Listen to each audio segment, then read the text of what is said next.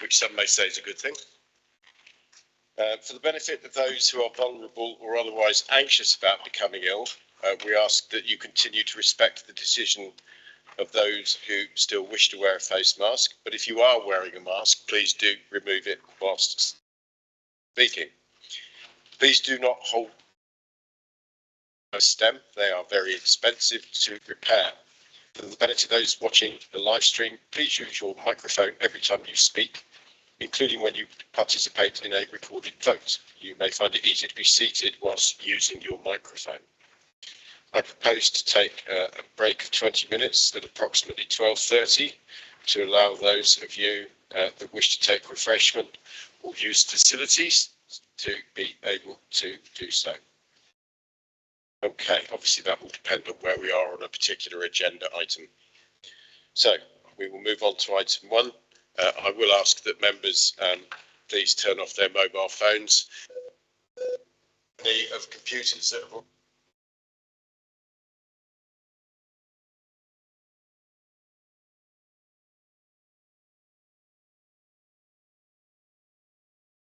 Chief Executive. Apologies have been received from the following councillors: Paul Gill, Simon Harris, Mike Isherwood, David Minery, Kevin Pardy, Chris Schofield, Robert Tyndall, Kevin Turley, and apologies for possible lateness, Nigel Harting. Thank you.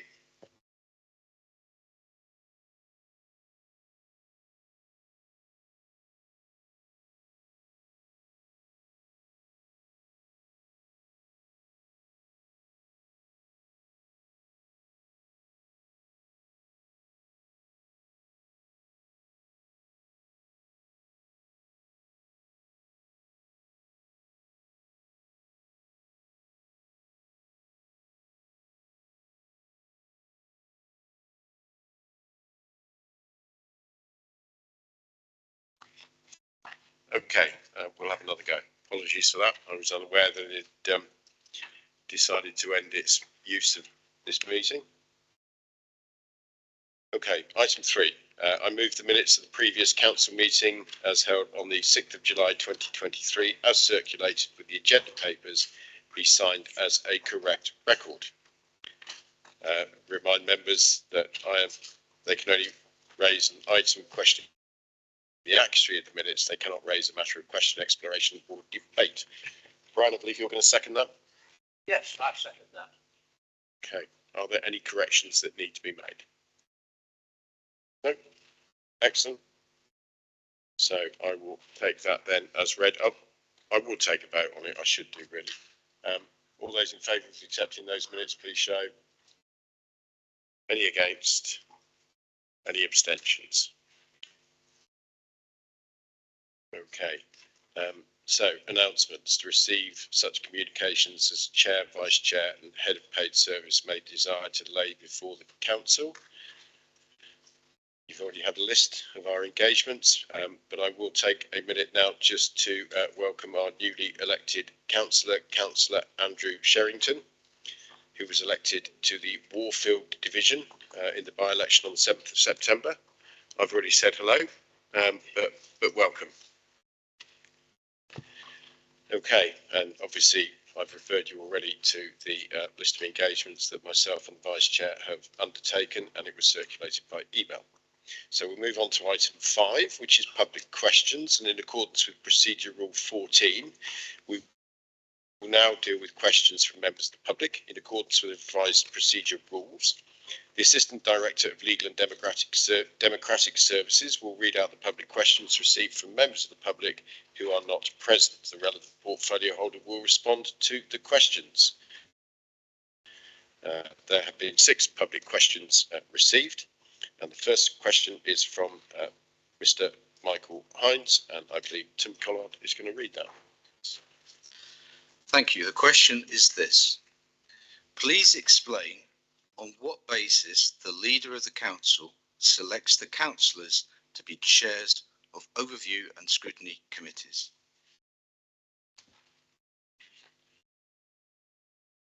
Thank you, Chairman. I'll answer that question.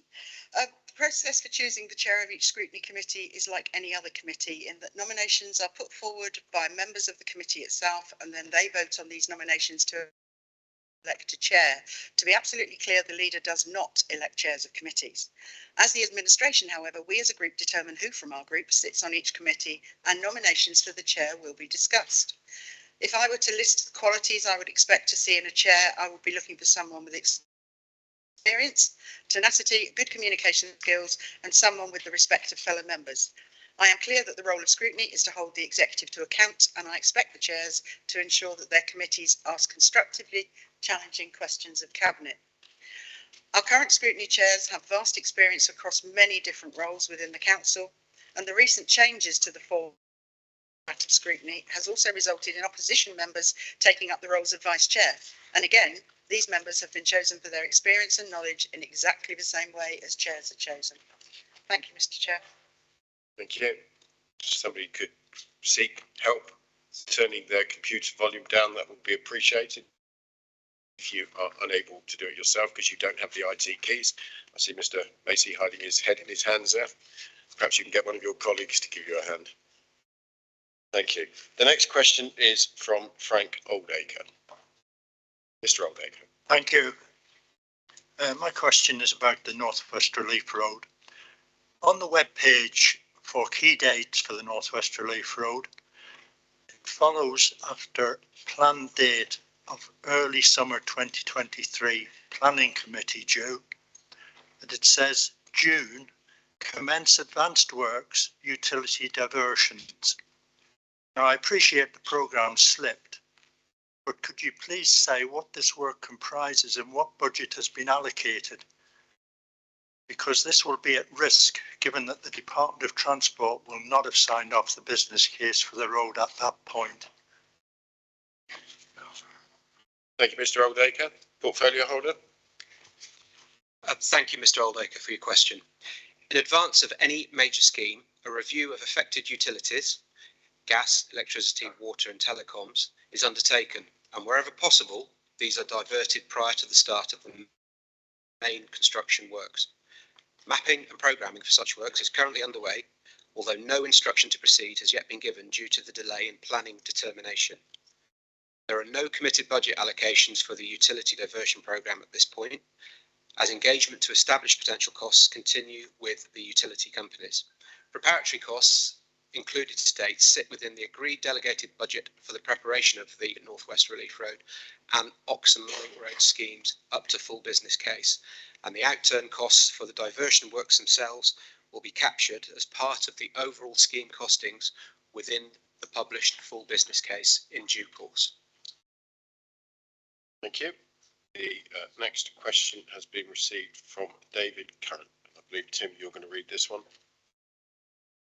He also says that it's on behalf of Shropshire-wide 20-mile-an-hour campaign supported by South Shropshire, Climate Action and the following towns areas: Shrewsbury, Shifnal, Oswestry, Ludlow, Bridgnorth, Cleobury, Mortimer, Bishop's Castle, Broseley, Ryton, Leventown, Much Wenlock and Baston Hill. And the question is this: on the 17th of September 2023, the Welsh Government will implement a 20-mile-an-hour default national speed limit on the majority of residential roads and streets in Wales. This move will adopt the advice and recommendations of UK and Welsh public health organisations and the World Health Organization and will replace the current default speed limit of 30 miles an hour.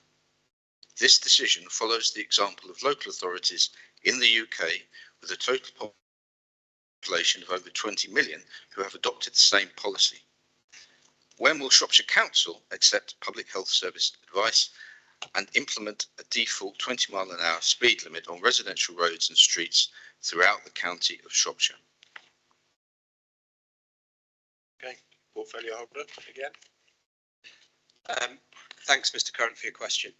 In Shropshire, the approach to implementing 20-mile-an-hour speed restrictions is based upon supporting the delivery of appropriate and achievable traffic management interventions in locations where the potential benefits are greatest and reflects current English DOT guidance. On this basis, 20-mile-an-hour speed restrictions can generally be considered in the following locations: outside schools, or where there are a high number of vulnerable road users; on urban residential streets in specific cases where wide community support can be demonstrated, where there is evidence that streets are being used by people on foot and on bicycles, and where the characteristics of the street are suitable, and on town centre streets, pedestrian-dominated areas. The current approach recognises there is no single generic approach for the introduction of mandatory 20-mile-an-hour speed restriction, and that site-specific characteristics determine the that may be required and the degree of benefit that may be achieved. In some circumstances, an intervention may require physical traffic calming to slow vehicle speeds, and in others, highway conditions may suggest that a 20-mile-an-hour speed restriction is unnecessary and would deliver minimal benefits to the current situation. In September 2020, Shropshire Council approved the development of a county-wide programme for introducing 20-mile-an-hour speed restrictions outside schools, where existing highway conditions suggest it would be appropriate to do. This is now in delivery. That notwithstanding, further proposals around a 20-mile-an-hour approach are due to be reviewed by members in due course. Best practice from neighbouring authorities and national policy leaders is currently being assessed, with a view to potentially revising the current 20-mile-an-hour policy position and delivery of future schemes where there is a mandate and demonstrable benefit to communities. Thank you. Our next question has been sent in by Ruth Cranley. And again, Tim, I think you're going to read this one. Yes, thank you. Her question is this. I wish to ask and complain about the council's lack of action in protecting cars parked on London Road. As a household, we have had 3 cars written off recently, which could have been avoided if adequate safety measures were in place. The road is not designed to slow traffic down to a safe speed, and there is inadequate signage to indicate that the road narrows from number 36 towards the column. There are no road markings at all to protect parked cars on London Road, especially outside 34 to 22. On all other roads in Shrewsbury with similar residence parking, for example, Abbey Foregate, there are box markings around the cars and lines to show that the road narrows to guide approaching cars away from the parked cars. Why is this protection given on other roads and not on London Road? There is a school opposite our houses, but no measures to slow traffic down. This puts children at risk. Speeding traffic is not adequately monitored, nor the 7.5 tonne weight limit enforced. Speeding cars and oversized lorries are a constant issue, greatly adding to the risk of accidents. Please advise urgently when adequate safety measures will be put in place on London Road to prevent further accidents. It is a very busy road and a major route into the town, so surely it warrants having basic measures in place before more cars are needlessly damaged or someone is seriously injured or killed in this area. Thank you for the question, Mr. or Mrs. Cranley. Shropshire Council have been made aware of the issue with parked cars being driven into and along London Road, and have been in regular contact with West Mercia Police on this matter. As such, officers will be meeting with the local Shropshire councillor and the police on site in the next month to discuss the issues and what measures are required to improve safety and reduce the number of accidents. We are pleased that the police undertake regular enforcement of the speed limit on this road and are routinely issuing penalties for speeding drivers. Following the site meeting, council officers will work with the police on implementing safety measures. Any recommendations will be added into the programme of work for the county, and work will be undertaken when funding is available. In addition to working with the police, there has been a recent consultation carried out on opening up the Shirehall overflow car park for parking by the general public. There is a link which you can see that on the Shropshire Council website. As part of the proposals for this car park, the residents along this section of London Road will have the opportunity to purchase a permit to park their cars in that car park. Thank you. Our next question is from Jamie Russell. And Tim. Thank you. Thank you. His question is this. Should planning permission for the North West Relief Road be granted, can Shropshire please confirm whether any trees or hedgerows will be cut down prior to approval of the full business case by the Department of Transport. Portfolio holder. Thank you, Mr. Russell, for your question. The future construction of the Shrewsbury North West Relief Road is dependent upon planning permission being granted. As such, works could commence on receipt of this, and this could include preparatory and habitat creation elements of the programme. In order to secure the full funding allocation for the construction of the road, however, the Council would submit a full business case to the Department for Transport once planning permission is granted. In the current programming of the project, the full business case and DFT's approval of this is due to be undertaken prior to the award of the main construction contract. As such, it is possible that minor local works around utility diversions may be pursued in advance under Shropshire Council existing match funding commitment, but the main construction phase and any associated landscaping will take place for full business case approval. Thank you. And finally, a question from Wyn Davis, and again, Tim to read. Thank you. It has been reported that the Council considered issuing a Section 114 notice. Are the Council's finances so bad that this was a serious suggestion? Could the portfolio holder for finance explain why this situation has arisen when his party has been in charge of the Council for many years? Thank you. Portfolio holder. Thank you, Mr. Speaker. First of all, I'd like to thank Wyn for the question. The report was taken totally out of context, but the question gives me a golden opportunity to dispel the untruths that the opposition parties are portraying about our finances. Their scaremongering does not help our council, our staff, our residents, service users, and our partners that we work with. It is time to put the record straight yet again. It is no secret that the Council is facing unprecedented financial pressures and has a plan to deliver spending reductions of 51.4 million in 23-24. Many options were considered by Cabinet as part of the approach to setting the medium-term financial strategy and budget for the year. Quite properly, and advised by officers, we looked at the risk around financial pressures increasing and what the options would be under those circumstances.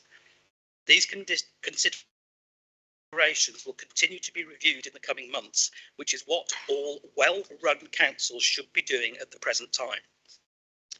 At the request of Cabinet, information was provided on the process and impact of a Section 114 notice. This was not because the finances were so bad, as you put it, nor because there was any expectation that our Section 151 officer might consider such an approach.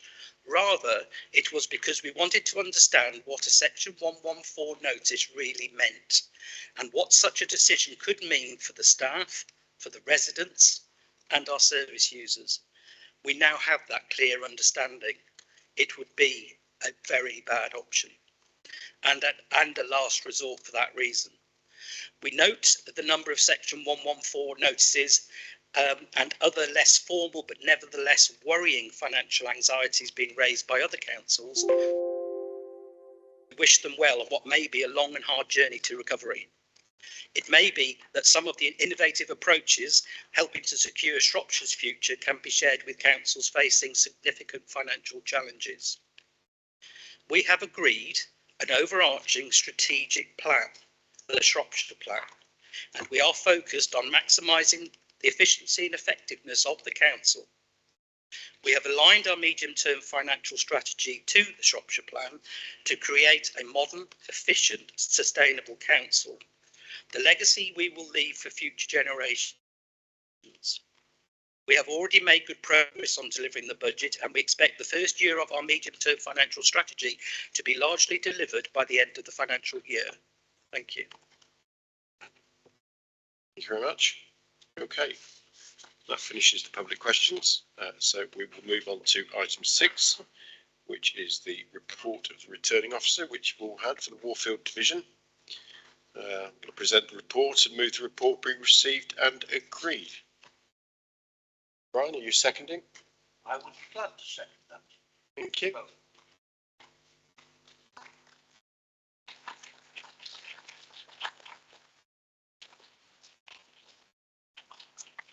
Okay. I've looked around the room. Nobody wants to speak. So, again, congratulations. Item 7 then is the annual assurance report of the Audit Committee to Council 22-23. So I'm going to invite Councillor Brian Williams, the Chair of the Audit Committee, to present the report, move the report and the recommendations be received and agreed. Councillor Williams. Thank you, Chairman. I must say that it's very helpful that Gwilym Butler was able to address the whole question of 114 situation immediately prior to the actual assurance report of the audit committee. It's an excellent introduction to quite a lot of what I say.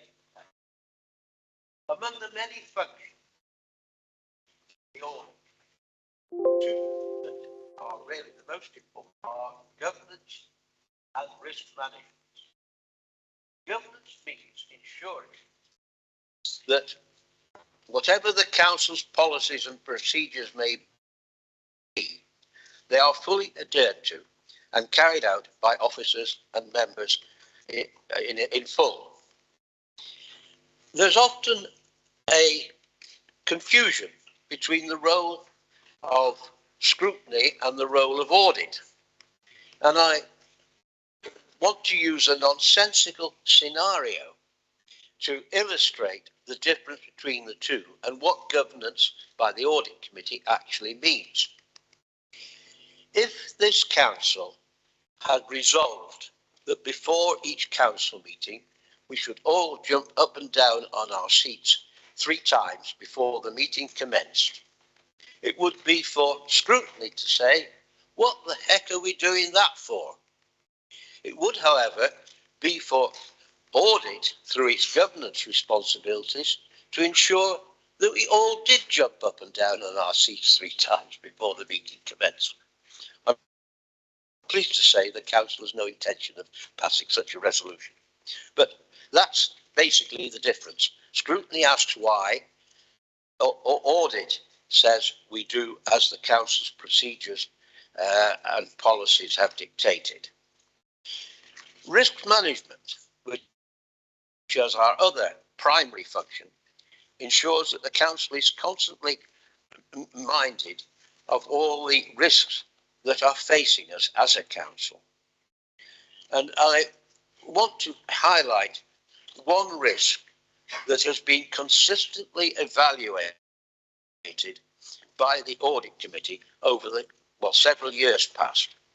It's mentioned in the report, and it is the red risk, the highest category of risk, of an inability to deliver a balanced budget.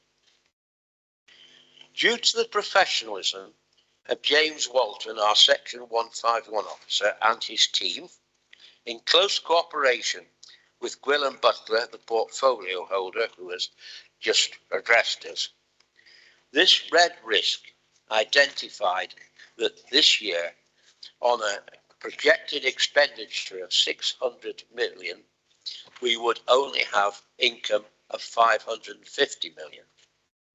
And that risk has been monitored and kept in mind while we have managed to reduce our expenditure. And we are, of course, this year, due to the professionalism of our financial team and the dedication of all officers of the council, to ensure that our expenditure and our income match at somewhere around 550 million. Now, I'm not claiming that the audit committee has a responsibility for achieving this, but it has had the responsibility of keeping this risk constantly in mind of all officers over the last 2, and indeed councillors, over the last 2 or 3 years. I cannot understand how Birmingham audit and finance teams failed to act years ago on the risks that must have been apparent to them. If their audit committee had been acting as our audit committee have acted, it must have been apparent that they were rapidly running towards a situation of a 114 order. I am proud that Shropshire's audit staff and its committee, by their constant monitoring of this most important risk, has ensured that no one has at any time within this council been able to ignore the dire financial situation that would have been facing us. I'm pleased to remove the report, and in the absence of the Vice Chairman, I request that Nigel Lumbie second the report. I would be pleased to answer any questions as necessary. Is Councillor Nigel Lumbie happy to accede to that request? Yes, I'll second that report. All right, thank you. Julian. Thank you very much. I don't know whether to describe that introduction as rose-tinted or complacent, but it certainly doesn't seem to reflect some of the concerns that are in the report. So, to quote, the Audit Committee recognises and is concerned about the limitations identified in the internal control framework as reported in the Chief Audit Executive's opinion. In particular, it talks about internal control environment and risks involved in the internal control environment in respect of embedding of ERP software, IT management, cybersecurity, major contracts and commercial activities. So it's good to get that list at the beginning, and then we get this bland statement about major contracts and commercial activity, which is, you know, a pretty huge area of what we do without any detail whatsoever. So my question is, what risks are being identified? What limitations have you seen in the internal control framework for our major contracts and for our commercial activities? Does this apply to major activities like the North West Road? Does it apply to the use of grants such as active travel, where I am aware of leakage, which means that we are not able to deliver schemes that we have previously committed to? So my question is really, you know, that as a report, it would be useful. Does it apply to the money we're spending on Shirehall? It would be really useful if the report could give us a little bit more detail on what those risks are and what measures have been put in place, given that those risks were identified by the Chief Audit Officer Executive with regard to 22-23, and we're now in 23-24. Well, that's quite interesting. Brian, thank you. You come back at the end. You will have your moment at the end. Thank you. Councillor Julia Buckley. Thank you for the introduction from the Chairman of the Audit Committee. I was interested in your comparison between Shropshire Council and Birmingham City Council, because as you'll be very much aware, the main cause of their financial 114 was because they were faced with an equal pay bill of £1.1 billion. So I'd be really interested to hear that this council has put on its strategic risk register the possibility of receiving an equal pay claim, and what the Audit Committee has done to ensure that you've covered that off for this authority. Thank you. Looking around the room for other hands. Gwilym Butler. Thank you, Julia, for raising the issue regarding the equal pay. I have actually raised that directly with Sam Williams only recently, and I'm led to believe that the risk for Shropshire Council is exceedingly low, because we've addressed it many years ago. Super. I'm looking around. I see no other hands. So, seconder, you withheld your right. Is there anything you wish to say? Brian, now's your moment back in the sun. Well, the risks that the pay is very adequate, dealt with by Councillor than anything to that. So far, Julian's questions, it illustrates again the difference between scrutiny and audit. Scrutiny says, why are we doing it? Audit says we do them because the council has willed it. We have 15 strategic risks which deal with procedure in relation to various policy matters. We don't get involved in the detail of whether or not the North West Relief Road has some sort of concern in relation to how it's built. We're responsible for ensuring that the major risks of the council are adequately considered at all times.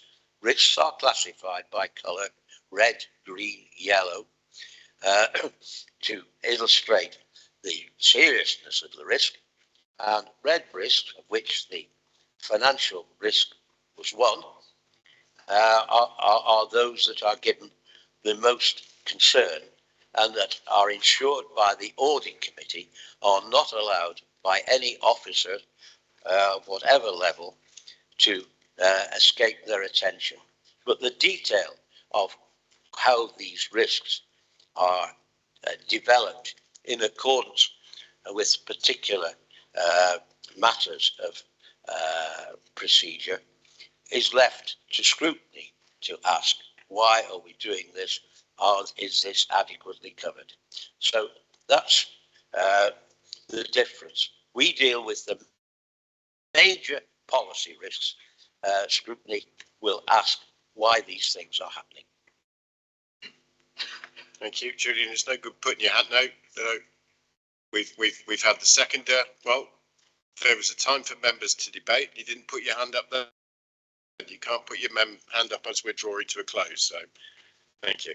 Okay, it has been proposed and seconded. We're already noting this, so I don't think we need to take a vote on it.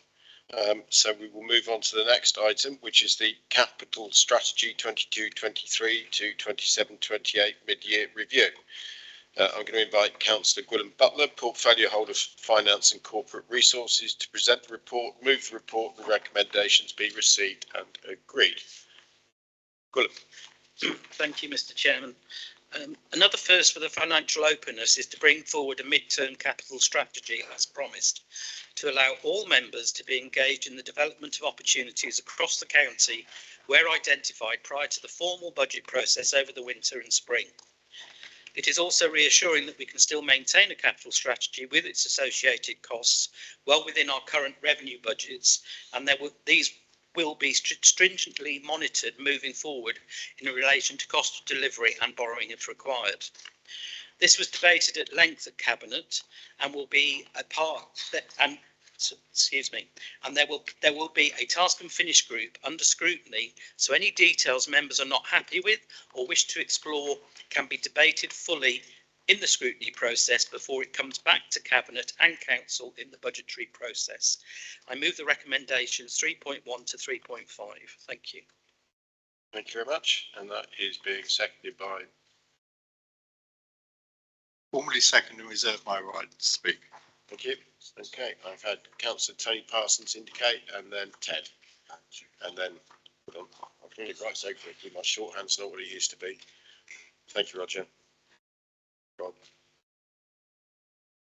Thank you, Chair. I just wanted to seek clarification on one of the lines that is in Appendix C of this document, and that's to do with the traffic management improvements along the Otley Road. Now, local members in both Basin Hill, Colham and Sutton and Severn Valley were taken through these proposals by officers earlier in this year. I note in this appendix that this scheme looks as though it's been reduced from £4.5 million to £1 million. Our understanding was that it was only costing £1 million in the first place, and so I just wonder, if we could get some clarification as to whether there's any change to the proposals that were originally put forward. Thank you. Ted. Thank you, Speaker. Ted Clark from Bunker. I'd like to refer you very briefly to Appendix C, page 47, and specifically to the reference to the proposed priority payments to Basin Hill Library. I'm sorry to be parochial, but this is the place to do it, I think. And I'm extremely pleased to see that this is finally coming forward. The building itself has become very dilapidated over the last 8 to 9 years, whilst discussions have come and gone regarding its replacement with a community hub on an adjacent site. I much hope we can move forward with it quickly. The Parish Council at Basin Hill have for some years now been paying on a regular annual basis 20,000 to support the local library. It's very well used by local people and also by travelling residents from neighbouring settlements around the wider area. I much hope that this much needed refurb will be going ahead as soon as possible, please. Thank you. Thank you. Roger. Thank you, Chairman. I thank the portfolio holder for the report and also note with a total agreement that is going to be looked at by a task and finish group, and I hope all members who are interested in this will take part or send in their comments to it, because it is important both to this year's council and the following year's councils. In the report itself, there are a few issues which I would like to ask questions on. First one is on page 41, which is in section 9.3. And I'd ask, what is the correct amount that has been spent on the Northwest Relief Road? Is it 24 million, with the expected amount going to 28 million, as is listed on page 48? Additional funding uplift is also mentioned for the Northwest Relief Road on page 48 of 95 million. Now, one can interpret this many ways. The interpretation I put on it is that there is £80 million for it owed already. If there is additional funding up, if needed, does that mean it's £170 million? And if that is, how is that going to be funded? No business case, no planning application, and we're spending £28 million on a project which the majority of residents do not wish. It is time to stop, review the project, and really look at this and how the council is doing. If I carry on to the appendices, Appendix A, it says there that the council agreed borrowing of £87.6 million in budget setting time in February. Updated Appendix B shows it to be £129.7 million with very little explanations on it. The effect on this year's budget is therefore £42 million capital spend. I'm not sure how that is going to be fully funded. Is it by borrowing? This council has problems with its what's called the revenue costs, which, if there is any borrowing, has to be repaid out of the revenue. Finally, I note that the £28 million on the Northwest Relief Road is funded by development contributions of 8.3 million and capital receipts of 19.9 million. Has this income all been obtained? We're selling our assets and all the monies will be used for this disastrous project, which is in the opinion of many in this council chamber and outside it. I see no need for this money, which could be used to meet and deliver projects many residents want and need, like the policy that was adopted by this council 3 years ago about the 20-mile-an-hour outside schools. It's in 6 project areas at present, and we learn later on in the agenda there's 157 schools in Shropshire. 3 years, 6 projects. I think my children will be having their children maybe go to some of those schools at this rate. I also note in it various comments about the Shirehall refurbishment development plans that are there due to the diabolical decision to purchase the shopping centres for £53 million with the promise that it would return a 10% return to this council. I voted against it. Many in this chamber voted against it. Capital projects we do need to be examined, and yes, the task and finish group will, I hope, spend some time looking at it. Thank you, Chairman. Thank you. Councillor Rob Wilson. Just very quick query from me. I and many other members have asked for an updated cost of the North West Relief Road. And I would query why there is nearly £100 million of borrowing for a project which we were last told is south of £90 million in cost. Okay. I've now got councillors Julian Dean, Julia Buckley and Dan Morris. Julian. Thank you. I too was going to ask about the 95 million, which suddenly appears as a budget uplift requirement for the North West Relief Road, but others have already touched on that, so I'll move on. The staff capitalisation costs, which I assume Councillor Butler was referring to when he was talking about innovative approaches. It's good. It's not necessarily innovative. Lots of councils are doing this. At the moment, we're talking about that capitalisation shifting spending from revenue towards capital of about 3.5 million, if I've read this correctly.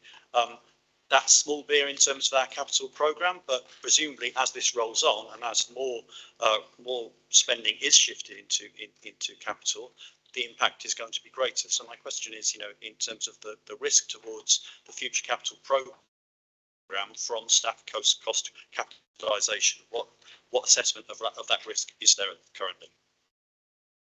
Okay. Councillor Julia Buckley. Julia. Thank you. I also want to talk about the £95.3 million that has appeared rather suddenly in this capital report. The reason why there's so many questions about it is because there is zero information provided.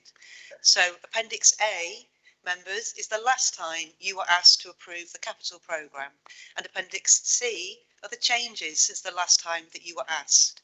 So in the intervening time, another £95.3 million you are asked today to vote that money be set aside to pay additional costs, not the stuff that's funded, not covering grants, but additional costs towards the road. There is no information provided for the largest item in the capital programme, the largest uplift. What kind of oversight, and I'll come back to the chair of audit, what kind of oversight do we have in this authority? You are asked to find £95 million with no information. I'll read the lines from the report as to why there's no information. As been previously reported, anticipated costs and benefits will be updated further to the planning decision. And details of the costs, benefits of schemes will be updated once there is greater clarity on the future shape of them. So basically, they don't know. They don't know the details or the costs, but you are being asked today to find 95.3 million. And don't be fooled. It's in the capital programme, but they tell you quite clearly that the likely level of costs incurred will be outside the scope of capital receipts, and so borrowing is most likely to be required. And according to our own financial officer, the rate of borrowing will be approximately 4.6%. So that is £5 million every year from our revenue budget. Now, I thought we were overspent by 51 million with an additional pressure of 20 million. So I thought we already had a funding gap of 71 million pounds in our revenue budget. And today you're being asked to find another 5 million every year to pay for a road about which there are no details except 5,000 objections. You know what that means, taking another 5 million out of revenue. You know what it means. It means removing the pest control service. It means removing transport for special needs kids to get to school. It means cutting our basic services to the bone so that we can find some money to pay off a debt for a road that nobody wants. Please will you consider, before you cast your vote today, to approve for this 95 extra million that frankly we can't afford. Thank you. Councillor Dan Morris. Thanks, Chair. Members will fully know that the full business case for the road will be made after planning. So that is the case. With regard to the point made about no one wanting the road, the last time I looked, there are 250,000 voters in Shropshire eligible to vote. On the planning portal, there are 5,500 comments on the planning portal. If you allow for the fact that 500 of those are consultees or perhaps people that feel actively minded to support, and you allow for the fact that the further 5,000 are one each who are against the road, that is 2% of the voting population that are against this road. So for the leaders of the Labour group and the Liberal group to sit there and say this road isn't wanted is absolute baloney, quite frankly. This is a road that is needed for this town and for this county, and quite frankly, to sit there and say, I think you're being anti-democratic. This council was voted in 2021 on Julia, thank you. Carry on the basis of delivering the road, and that is what we will aim to do. Thank you. Thank you very much. So I've now got councillors Alex Wagner, Tom Biggins, Ruth Houghton, David Basma, and then Leslie Picton. I'm then thinking about finishing it up. Good, that's one less. So Alex. Thank you. So just to get away from the road for a moment, in Appendix B, right at the top, the item is swimming in Shrewsbury, and it's got £27.5 million of estimated capital cost against replacement of existing swimming provision at the quarry with new provision within Shrewsbury. I just wanted to raise this to council's attention because I think that residents of Shrewsbury have been fairly abundantly clear over many attempts on the quarry pool that they want a pool in the quarry, they want an accessible pool in the town centre. In fact, the council is just spending an awful lot of money on getting the quarry pool up to speed again, which I thought was a good thing. So I just really wanted to raise to attention that any talk of closing the quarry pool will be met with incredibly fierce opposition from a very large chunk of Shrewsbury residents. And I actually think they're right, because as things stand, certainly residents even in my patch in the western side of town very much rely on and use the quarry pool, and a less accessible location is just not an option if we want to encourage and keep having a strong level of swimming provision in Shrewsbury. That said, I also just wanted to say that some of the parts of Appendix B, like improvements to the Old Markhorland Square and Shrewsbury Museum and British Museum Gallery combination, are very good news for the cultural output of town, and I think credit where credit is due on putting something aside in the priority capital scheme schedule for that. Thank you. So Tom Biggins has withdrawn his question. It's probably been mentioned by somebody else. So we've now got Ruth Houghton, David Basma and Leslie Picton. Ruth. Thank you, Chair. I prefer to Appendix B and C, which makes reference to improvements at the Spark Leisure Centre in Bishop's Castle. And the swimming pool there celebrates its 50th anniversary next year, which has served the community well. For some of us who remember it being built, 50 years has flown by, so it's very timely that this is now on this capital programme. The funding mentioned, we have had very positive conversations with officers from Property Services and Leisure, but I'm still concerned that there is no confirmation that all the grant applications all the money has been secured through grant applications, and what will happen to those projects if that grant application money is not secured. And secondly, on the Appendix D, you have some aspirational capital schemes around one public estate programme, which includes Bishop's Castle. Could someone explain what that actually means, please? Thank you. Councillor David Basman. Thank you, Chair. I have a problem as far as believing some of the statements made here today, because the problem running through all these questions, a lot of the questions, is about the control of our capital expenditure. And I want to point out one particular item, which is to do with the Shirehall relocation. Now, if you look on our website, you'll see a statement which was made in 2021, which said this was going to cost us 12.5 million. Well, the latest figure in this document here is 41.65 million, I think it is. And the problem also with the North West Relief Road, you might be for or against it, but in actual fact, one of the issues here is the actual control of that expenditure and making sure that the expenditure is spent wisely. And I think a lot of the time it's completely out of control. So I would like to know why we are planning to spend so much more on a new civic hub, when in actual fact, I reckon the cost of staying here would be substantially less. Councillor Leslie Picton, and then I'm going to go back to the seconder and the original proposer, because otherwise they're going to struggle to get the answers into so many questions in the time allotted. Thank you, Chair. I suppose I just wanted to address a couple of the comments that have been made today. I'm not going to talk about roads because I think that that's been pointed out already. But one of the things I do want to just put out there is that it's all very well you're talking about history, and I'm looking at the opposition when I say this. It's all very well you're talking about history, about decisions that were made in some cases 6 years ago, however many. This administration is dealing with those matters that you raise. Councillor Vasma, you need a bit of a lesson in what that 41 million actually covers, because that is for a number of things in the redevelopment of Shrewsbury, not just the hub. So we'll make sure you get that information. Councillor Morris has very eloquently talked about the North West Relief Road.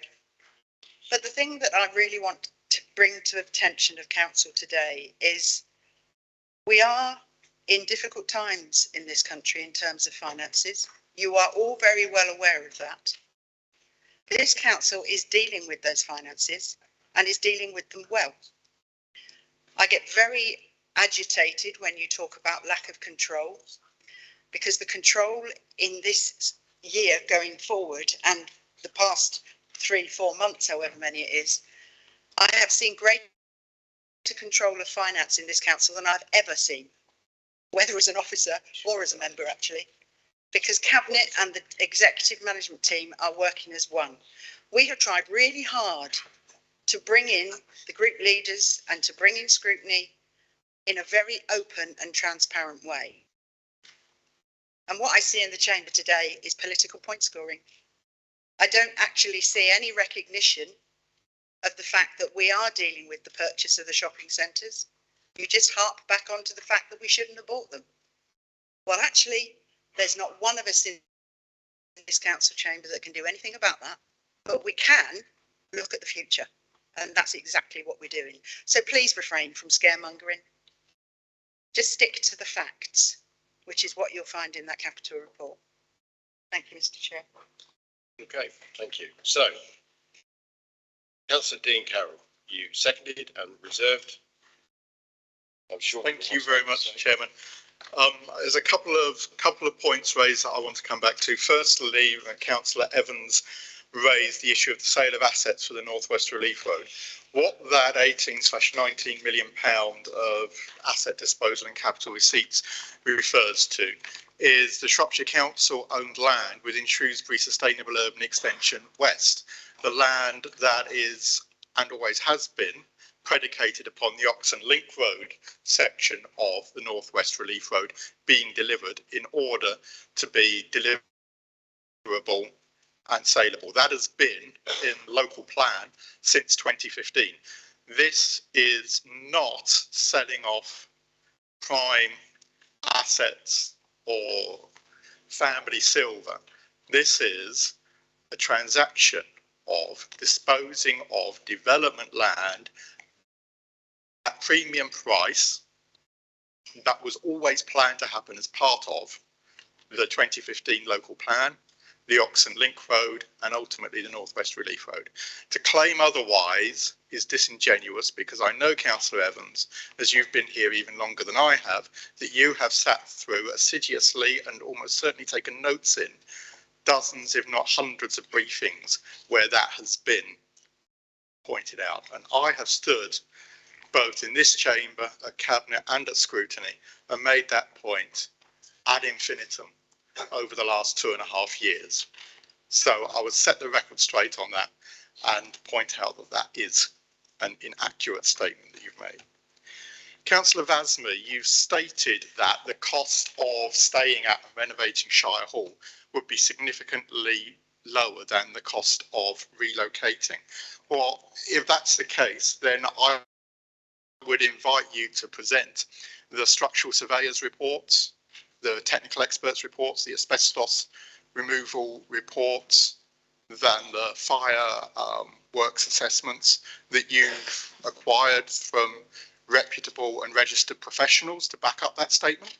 Or if you don't have that, then please do share with me your certificates and degrees in construction, surveying, engineering, quantity surveying that justifies the statement that you've made. Otherwise, to coin a phrase that Councillor Morris has used, I'll take it that you're talking baloney, because all of the evidence provided by aforementioned professionals says actually the cost of refurbishing this building to a standard that would be equal to or superior to what we can build elsewhere would far exceed the cost of constructing a new facility. It also wouldn't have the additional benefits if it was located at the Smithfield redevelopment site as we plan, of driving footfall into Shrewsbury Town Centre, of being more accessible via public transport to the residents of Shropshire, not just Shrewsbury. And I thought that accessibility in the town centre was something that your colleague Councillor Wagner was very keen to push on public facilities. So I would have thought you would have welcomed the facility in Shrewsbury Town Centre with those public transport and sustainable connections. So I would caution you, Councillor Basma, about making such wide and sweeping gestures unless you have the evidence to back it up. Thank you. Okay, Councillor Butler, you are the portfolio holder and proposed the report and its recommendations. Your moment in the light to answer some of the questions. Right, I will have a go. Thank you. The first thing I will say is I'm really pleased that members are engaging and having the debate, and the fact that this will be going to scrutiny, and the fact that I would probably ask all group leaders to get their lists of what they would like to scrutinise to the task and finish group sooner rather than later. And let's hope there's as much engagement during the scrutiny process, so when we bring this report back in the winter or in the budgetary process, everybody's had their chance to have a say. And that's what it's all about. We may not agree, but that's what it is. Tony, I am aware that a meeting is going to be put together with local members to actually discuss your query in greater detail. Ted, thank you for those kind words. Bunkum. It was the first place I lived when I was a baby. So I'm really pleased that we are an administration that still has finances to improve our libraries in these difficult times. How great is that? Thank you. Roger, where do I begin? I'm not going to talk about the road particularly, but shopping centres. The shopping centres were not bought as an investment to create income. They were part of the overall regeneration of Shrewsbury. Now, you may have seen that the return was there when we bought them, but just be sure that if we hadn't bought those shopping centres, which you do say is a total waste of money in the Lib Dem Post, we would not have just received £18.5 million luff from central government, and we would not be able to deliver with the big town plan to actually regenerate the whole of Riverside. So as the leader has said, we are driving it forward for the future.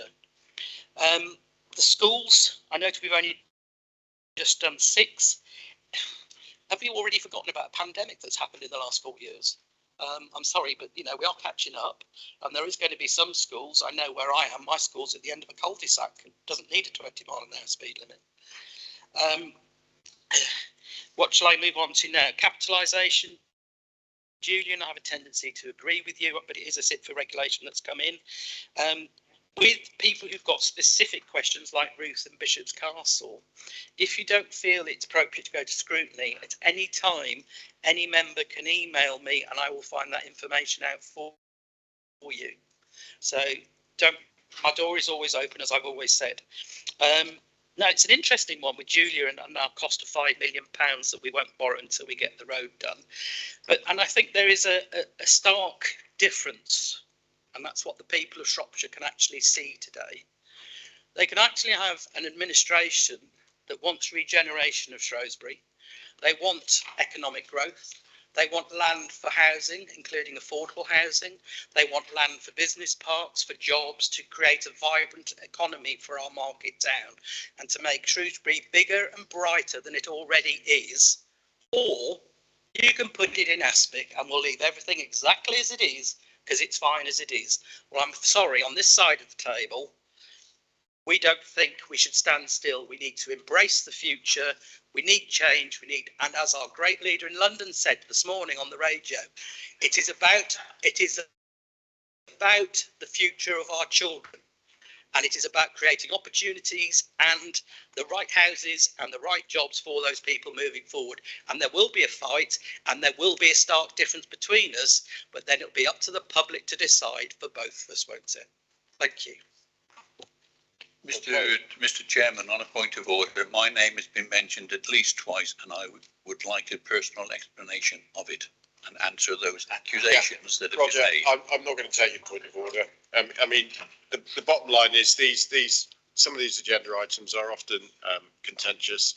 If you ask spiky questions, which you have, and you always do, which is good to a degree, you will sometimes get answers back that are spiky and not to your liking.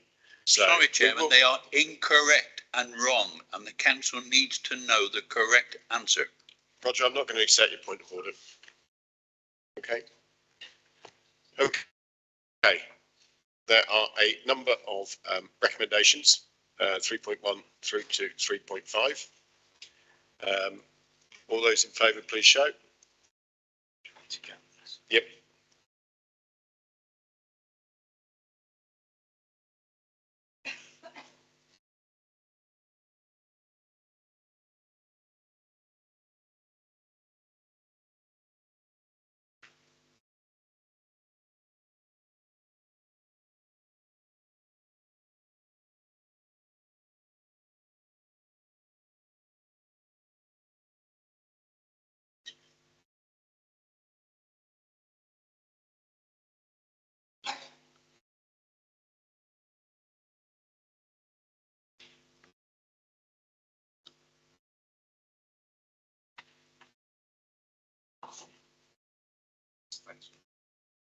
Put your arms down now if they haven't fallen down already.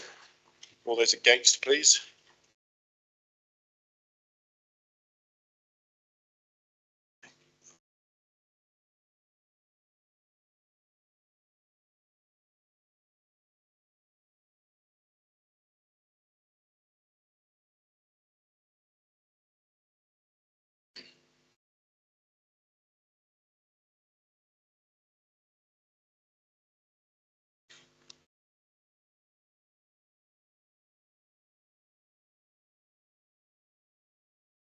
Any abstentions?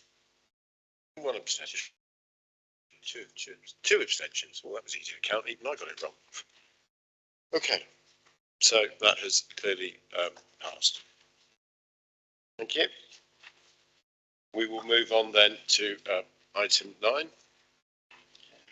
The Pyrolysis project. I'm going to invite Councillor Ian Nellins, the Deputy Leader and Portfolio Holder for Climate Change, Environment and Transport, to speak to the report, move the report and recommendations being received and agreed.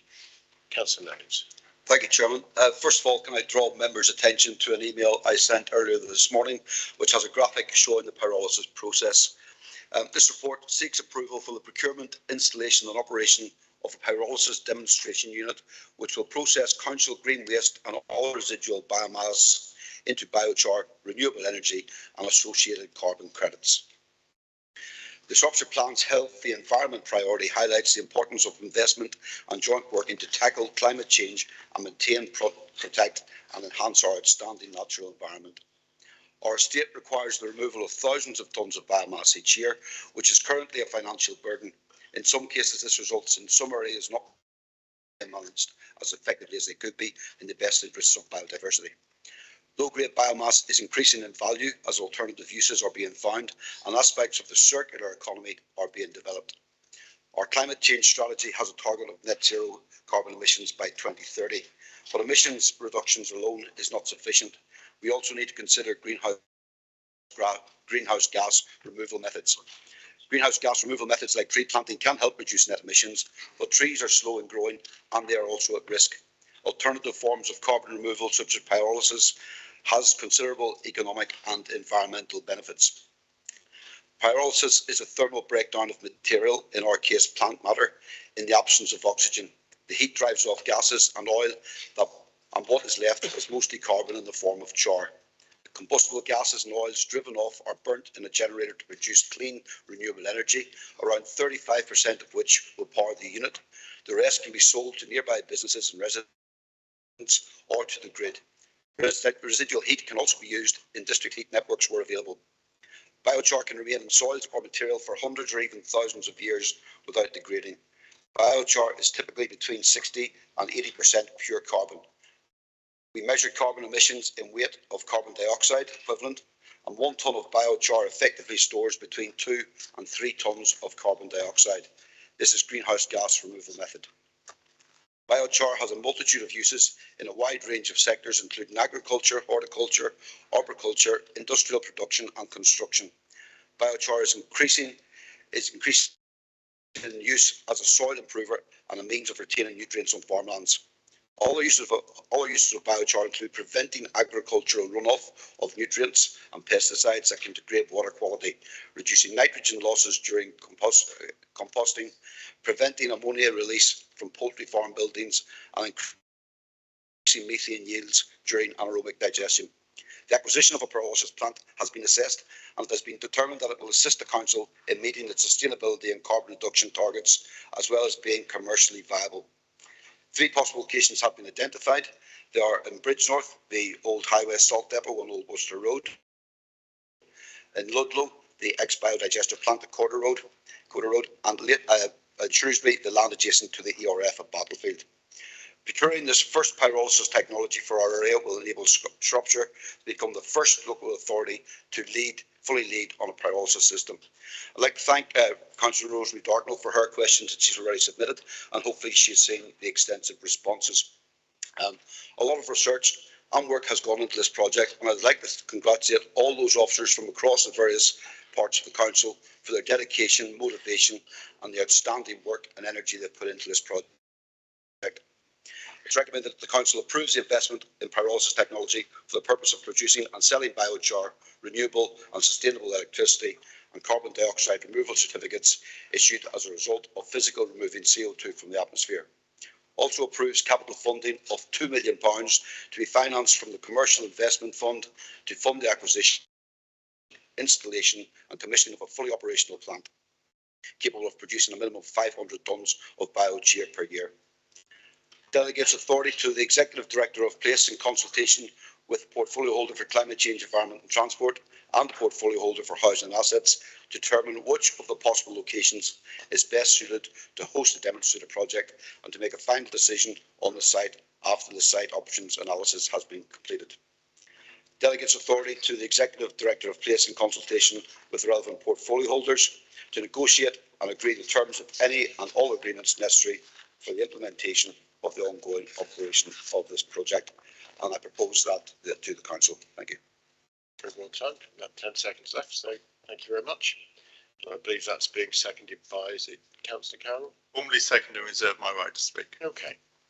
So I have had a few hands so far. Start with Councillor Viv Parry. I'd like to say that I approve of this, but I would have liked to have had some information before this came forward, as this is my constituency and I have not had a word about this, nothing at all.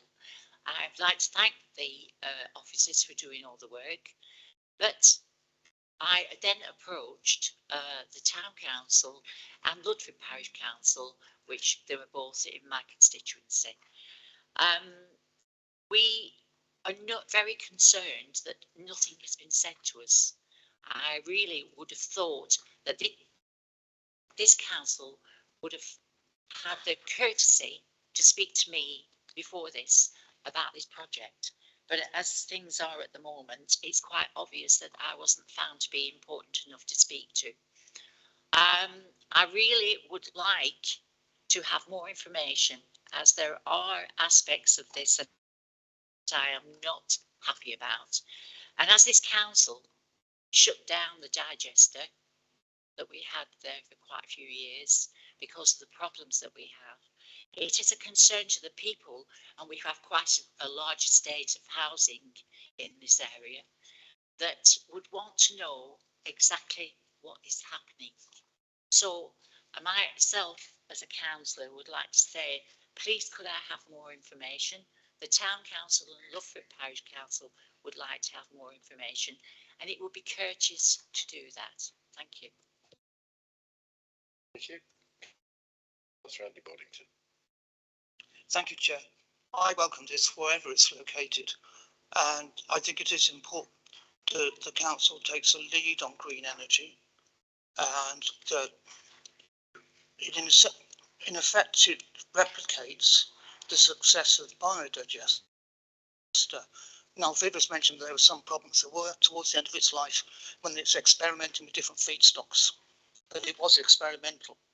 And I live very close to biodigester, and there were smells, but they weren't serious. And it was no different from living on the edge of farmland and the normal sort of rural smells that you get. So I welcome it. The biodigester was so important. I lived in Oxfordshire, and I had an environmental slot on BBC Radio Oxford.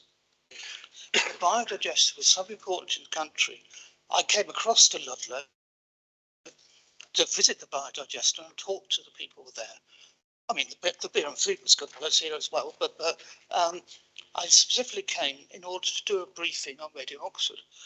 And the thing I found was not just the technology, which was new, but there's a whole AD, anaerobic digestion industry growing up around the biodigester.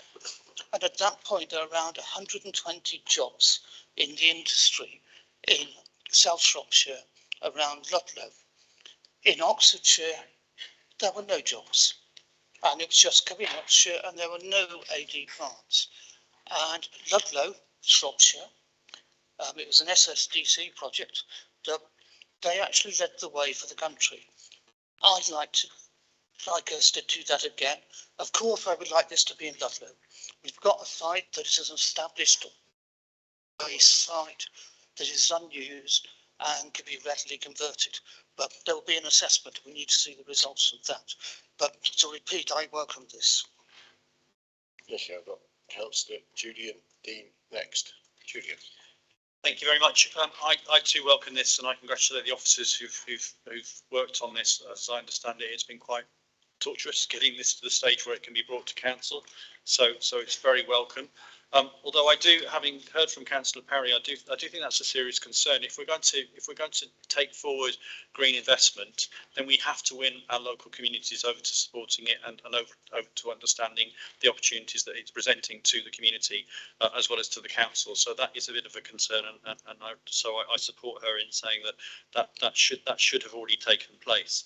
I think this is a really good example of green investment which makes economic sense, which is why last night's appalling statements from the Prime Minister, you know, are just such a shock that they are economically illiterate, as well as taking us backwards on our drive towards zero carbon. And I'm glad to see that, at least on the evidence of this report, we're not taking the lead from that atrocious speech last night. Thank you. Thank you. Councillor Rosemary Dartmouth. Thank you, Chair. I'm very pleased to see that Rishi Sunak, Councillor Butler's great leader, has not asked for this project to be withdrawn or kicked into the long grass. Of course, it's a very welcome project. It's noted the council intends only to carry out the pyrolysis part of the project without capture of the fuel created through pyrolysis to generate clean electricity.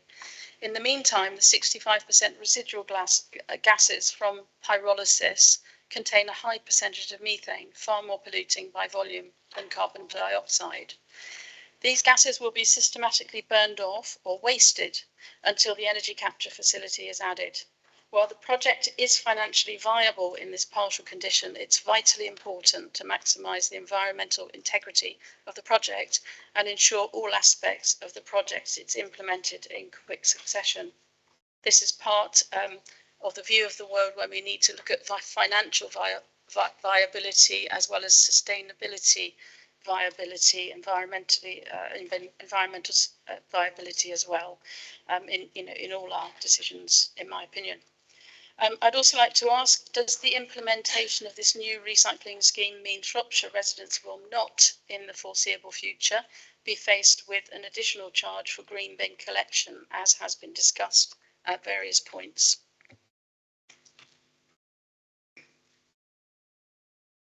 Councillor Roger Evans, then I have got a Butler, Kidd, Tracy Haffer, Richard, did I see you put your hand up, Richard Haffer, and then Ed Bird? Thank you, Chairman. When I read the council agenda, I welcome this. As has been said by previous speakers, it's employment, investment, climate change, income, satisfies all those. But since then, I have had representations and concern about the methodology that's been adopted here and the lack of information that's being given to Shropshire councillors. I understand a briefing has taken place with Shrewsbury Town Council. It hasn't taken place with any Shropshire councillors using that hat. I wanted to go ahead. There's a lot of gain in it, but the report and the recommendation names 3 sites and then delegates it to the appropriate officer and the portfolio holder to take it. I don't think that's good enough. I think members need to know, especially those members where these sites are, so that as has just been said, the community support is there. I don't want to have petitions come up to say we don't want it. Maybe a lack of understanding, maybe whatever, but let's take it forward. This may be the first, there may be others. So we need to win and win for it. So I would like to move an amendment to actually defer this so that further consultation with the local members and other councillors around here can take place and bring it back to a future council. I'm not voting against it because it is a good idea, but the way it's being practiced now, I think, is not good because it is not taking members with it. We need 74 members to vote for it and show our support. That is not possible at present. So I move an amendment that it be deferred to a future meeting. Isn't it normal to have a debate on an amendment if there is anybody speakers rather than go straight to a vote? I don't know if anybody wishes to speak. The amendment is for a deferment. So there's not much to debate about whether we defer it or not. Let's just take the vote on whether we defer it. I'm sorry, Chairman, under the Constitution, you should ask if anybody wishes to speak on it. And also the secretary may want to say something. All right, okay. We'll have a debate on whether we defer it or not. Would anybody like to speak to Roger? Thank you, I'm speaking. Thank you. I know you'd like to dominate, but in this instance, I'm in the chair. Councillor Carroll. Just as a point of information for all members about the reason for deferral being that insufficient consultation has been done with the local members. Emails were sent out to the local members of each of these locations, quite comprehensive emails on the 12th of September. I have a copy of that email, but I suspect that I would run over the 5 minutes to read it all out here. But to claim that the first that local members will have heard of this is when the council report was published is incorrect, inaccurate, and I suggest that this amendment proposing deferral be squashed. Councillor Heather Kidd, we are talking about the amendment to defer.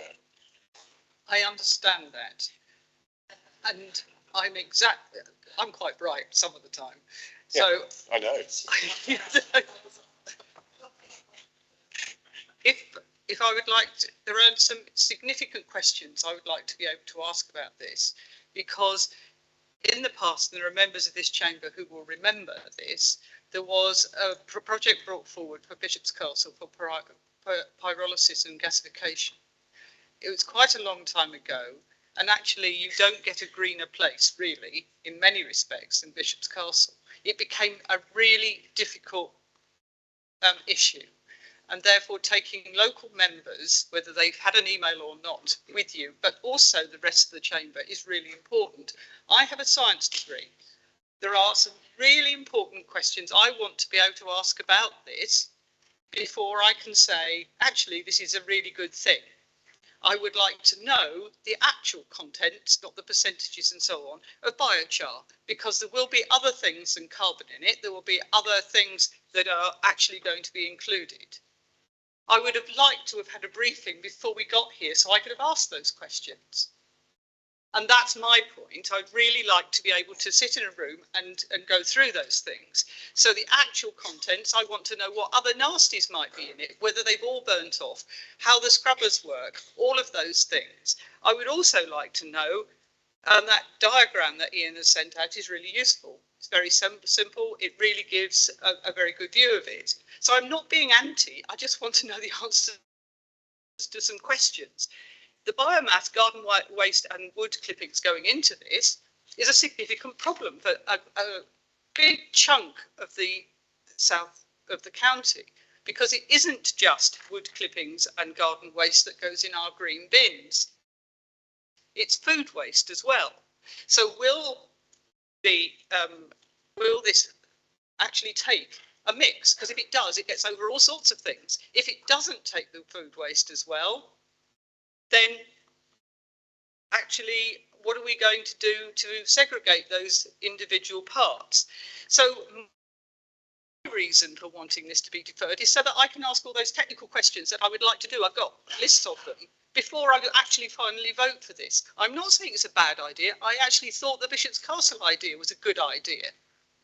But there are also a number of other things on the sites, and it looks as if not going to come back to council, and it will just go via the portfolio holder, like temperature inversions and so on, that will take tiny particulates back into the atmosphere, which is what floored the Bishop's Castle one in the first place. It's that science behind it that I would like to understand, and that's why I would support a deferment, so we can have that conversation and then bring it back. Sole reason. Thank you. Councillor Julian Dean. I'm really struggling here because I think it would be a real shame to send a message out that which I think is likely to be the message, whether we like it or not, that there are somehow that we have doubts about this sort of investment. I really want to see this go through. I've been, we were lucky enough, because I'm chair of the committee on climate change at the town council, that we invited a presentation on it, and that was very, very useful. So I'm reluctant to support a deferral, but I do absolutely understand the reasons for it, and I think it's a shame that we found ourselves in this position if there hasn't been sufficient consultation. And I think a briefing would have been welcome. So I don't think I'm going to vote for a deferral, but I am going to support the idea that there ought to be a proper briefing for members on this, and that there needs to be sufficient consultation with local members and the local parishes as well. Thank you. Right, I've got nobody else on my list, so I'm going to go just check to the side. Is there anything you wish to say? All right. Seconder, David Vasma. Thanks, Chair. Thank you very much.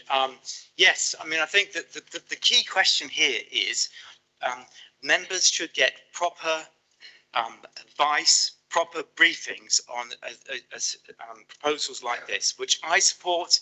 I think is very useful. I think it should go forward. But members need to get that information in good time. Now, there were 5 members who were present at the 17th of July when the Shrewsbury Town Council had a briefing on this. That sort of briefing should have been made available to everybody at that time to give people sufficient opportunity to consult their members if they are going to be affected. An email going out on the 12th of this month, when the agenda only went out on the 13th, doesn't seem to me very good. We should be in these sort of proposals. We need to involve people. We need to convert people. We need to make sure that they understand what is being proposed. Having these sort of issues being raised at such a late date before we make a decision. It's completely wrong. We need to make sure that everybody has the proper information and has the opportunity to discuss it with their constituents if they're affected. So I'm very much in support of this. And I agree with virtually everybody who spoke on it, but we do need to make sure there is proper knowledge, there is proper consultation. And therefore, I think it would be in the best interests of everybody if this was deferred to the next meeting of the council, where everybody can have the opportunity to discuss it with their constituents, get the information, and we can have a proper informed discussion. Okay. Councillor Evans.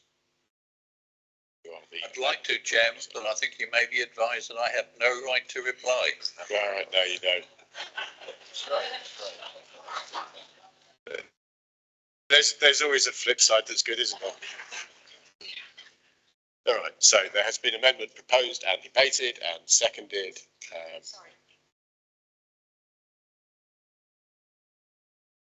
Why? We've had the seconder. And the debate's finished. You need to put your hand up during the debate as opposed to when it's concluded. Sorry. Ed. Okay. All those in favour of deferment, please show.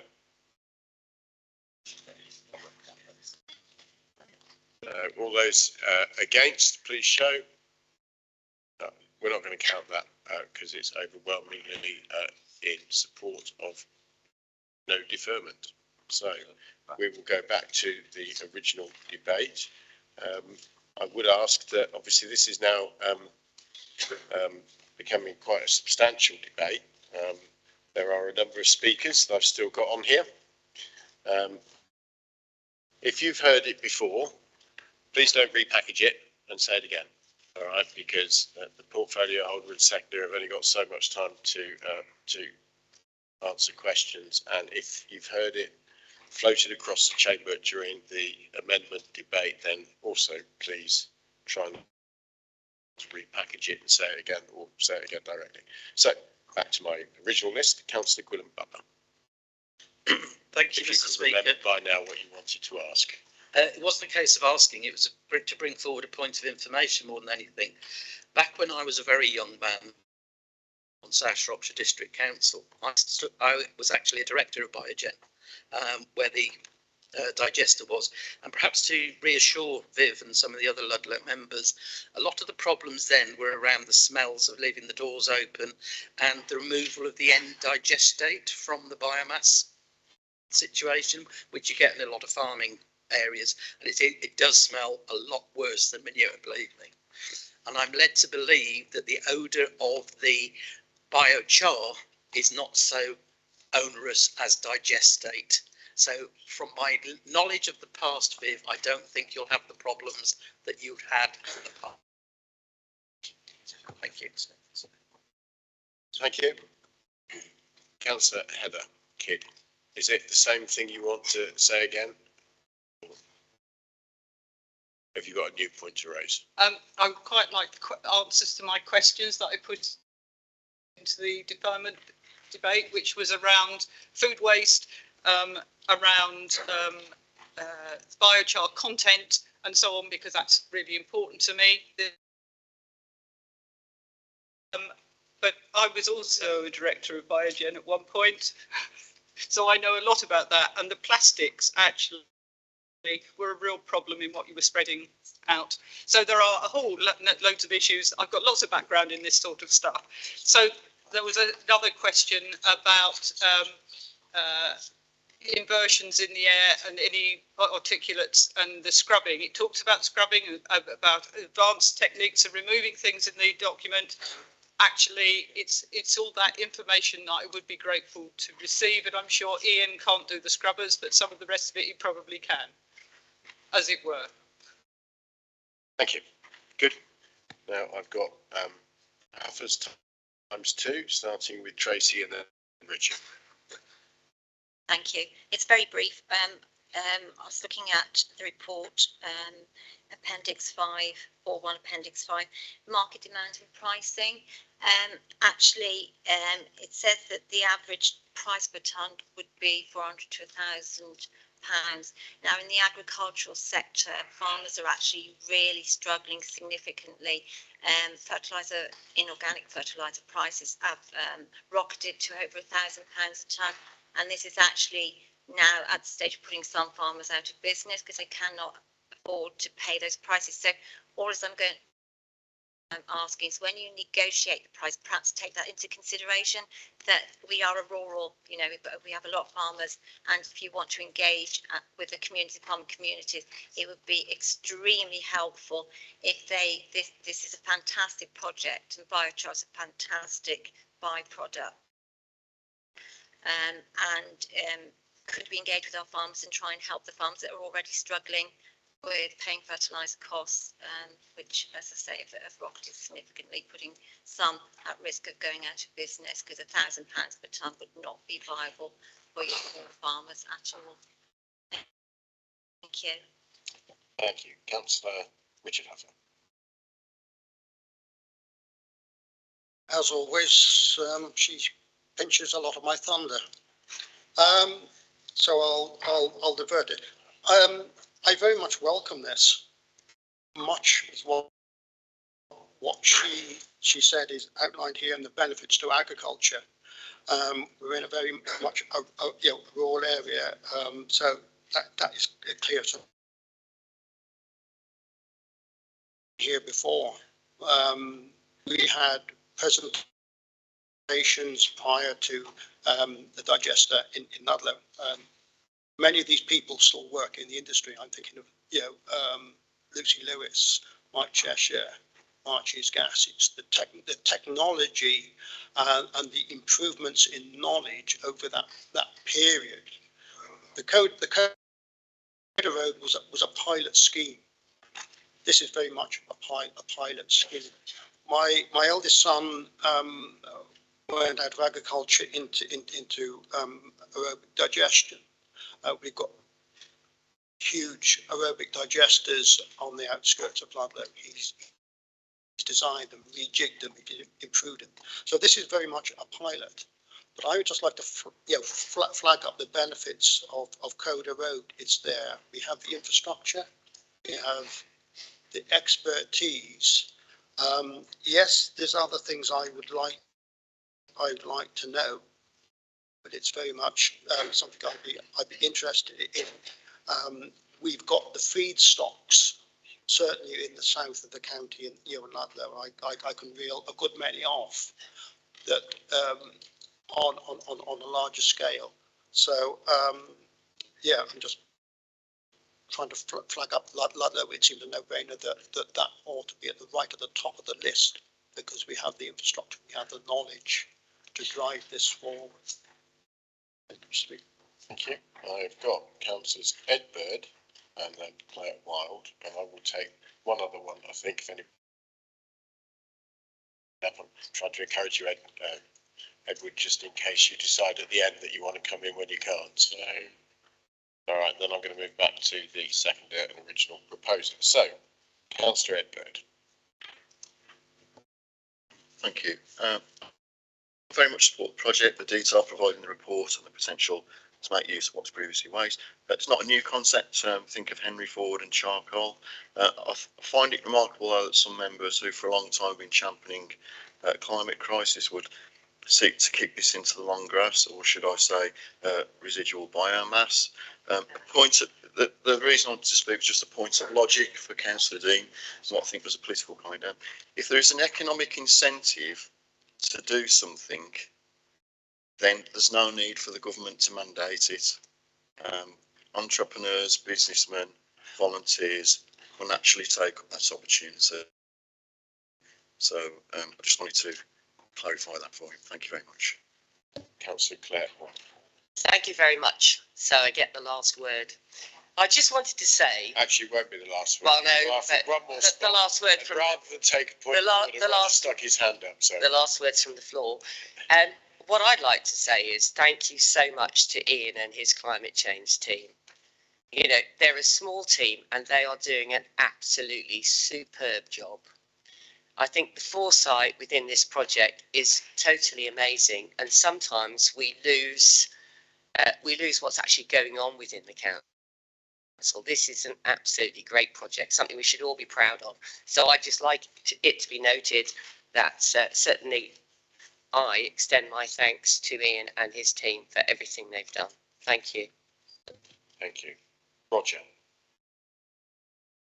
Thank you, Chairman. I wasn't going to speak. I don't want it kicked into the long grass. I specifically said the next council, December. That's the problem we have with council meetings being so long distance apart. It should enable all members to do it so that we can all go to our communities to do it. And I certainly do not agree that an email being sent out September the 11th, 12th, whichever, is the consultation. That's an insult to members around here. Email, we've consulted you. No, you haven't. You need a discourse, a discussion to take place. So I'm disappointed to hear the statement to say an email went out to the members and that's our consultation.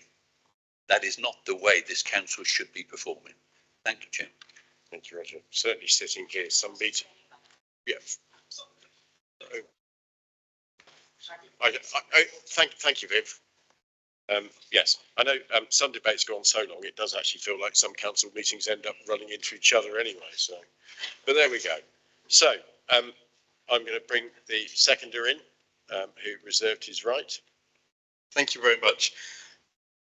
I'll confine my comments to the estates and commercial side of things, as the technical aspects are far better covered by my colleague Councillor Nellins. However, I would just point out one thing to the last speaker, who doesn't like being referred to by name. Well, I'll just say the last speaker.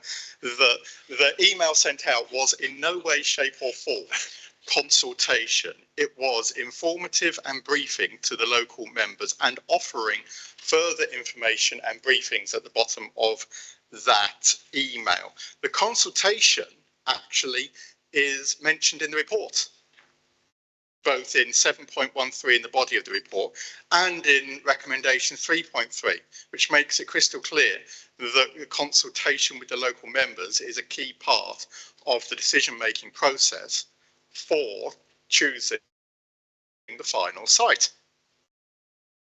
Now, in terms of the sites, the 3 sites that have been shortlisted are all technically and commercially appropriate, but more investigative work needs to be done on both technical and commercial aspects, as well as community support aspects, before a final conclusion is reached on which of those 3 sites is the premiere of the 3. Coming on to the pricing element that Tracy and Richard mentioned, absolutely extremely important point. In all of the outline business casing that's underpinned all of the assumptions today, including the business case that has formed the, if I just bring up the right table, that has formed the cash flow table in 5.4, assumptions on output prices and sale prices of biochar have been extremely modest, as we have considered this still to be in some regards an emerging market in terms of the sale of biochar for agricultural fertilizer. We have assumed that the wildly excessive costs that have been quoted in some parts of the market assessment are just outliers in an emerging market. And we have set a very, very modest assessment in those business cases that underpin these figures. But also because of the way the material will be sourced and the gate receipts we'll be getting from Veolia, the project isn't dependent on securing significant sale costs per tonne of biochar, because the gate receipts, together with the carbon offsetting certificates, provide sufficient income for it to wash its face. So we don't need to be going into the market setting an unrealistic expectation of on-sale costs of biochar. So I hope that helps to give you both some reassurance and the wider agricultural market who may be considering purchasing biochar from us in the future when the plant's up and running, that we are not looking to squeeze every penny out of the market. We're setting at a far more reasonable, modest and appropriate rate that ensures not just that we get an income, but actually that that income is sustainable for all players in the market, both our customers and ourselves. Thank you. Thank you. Okay, so I will move back to the portfolio holder. Thank you, Chairman, and thanks everybody for the active debate on that. I think, first of all, I'll start off by saying a lot of this has been consulted over a long period of time with our cross-party carbon reduction group, and it's interesting to see that the people who are in favour have attended that, and the one group that seemed to have most of the questions, their representative, David, doesn't seem to attend too often, so maybe that might explain some of the questions coming from the Lib Dem group. There's a lot of questions within that. However, I know some have already been answered. If I don't get them all in, please, anybody who's got further questions, send me an email and I will get you a written response to them as soon as possible. Viv, we've already mentioned that I know you had an email. It wasn't a consultation. The thing is, we haven't decided where it's going yet. So there are 3 locations, and once we come up with that final the decision of where it's going, there will be consultation.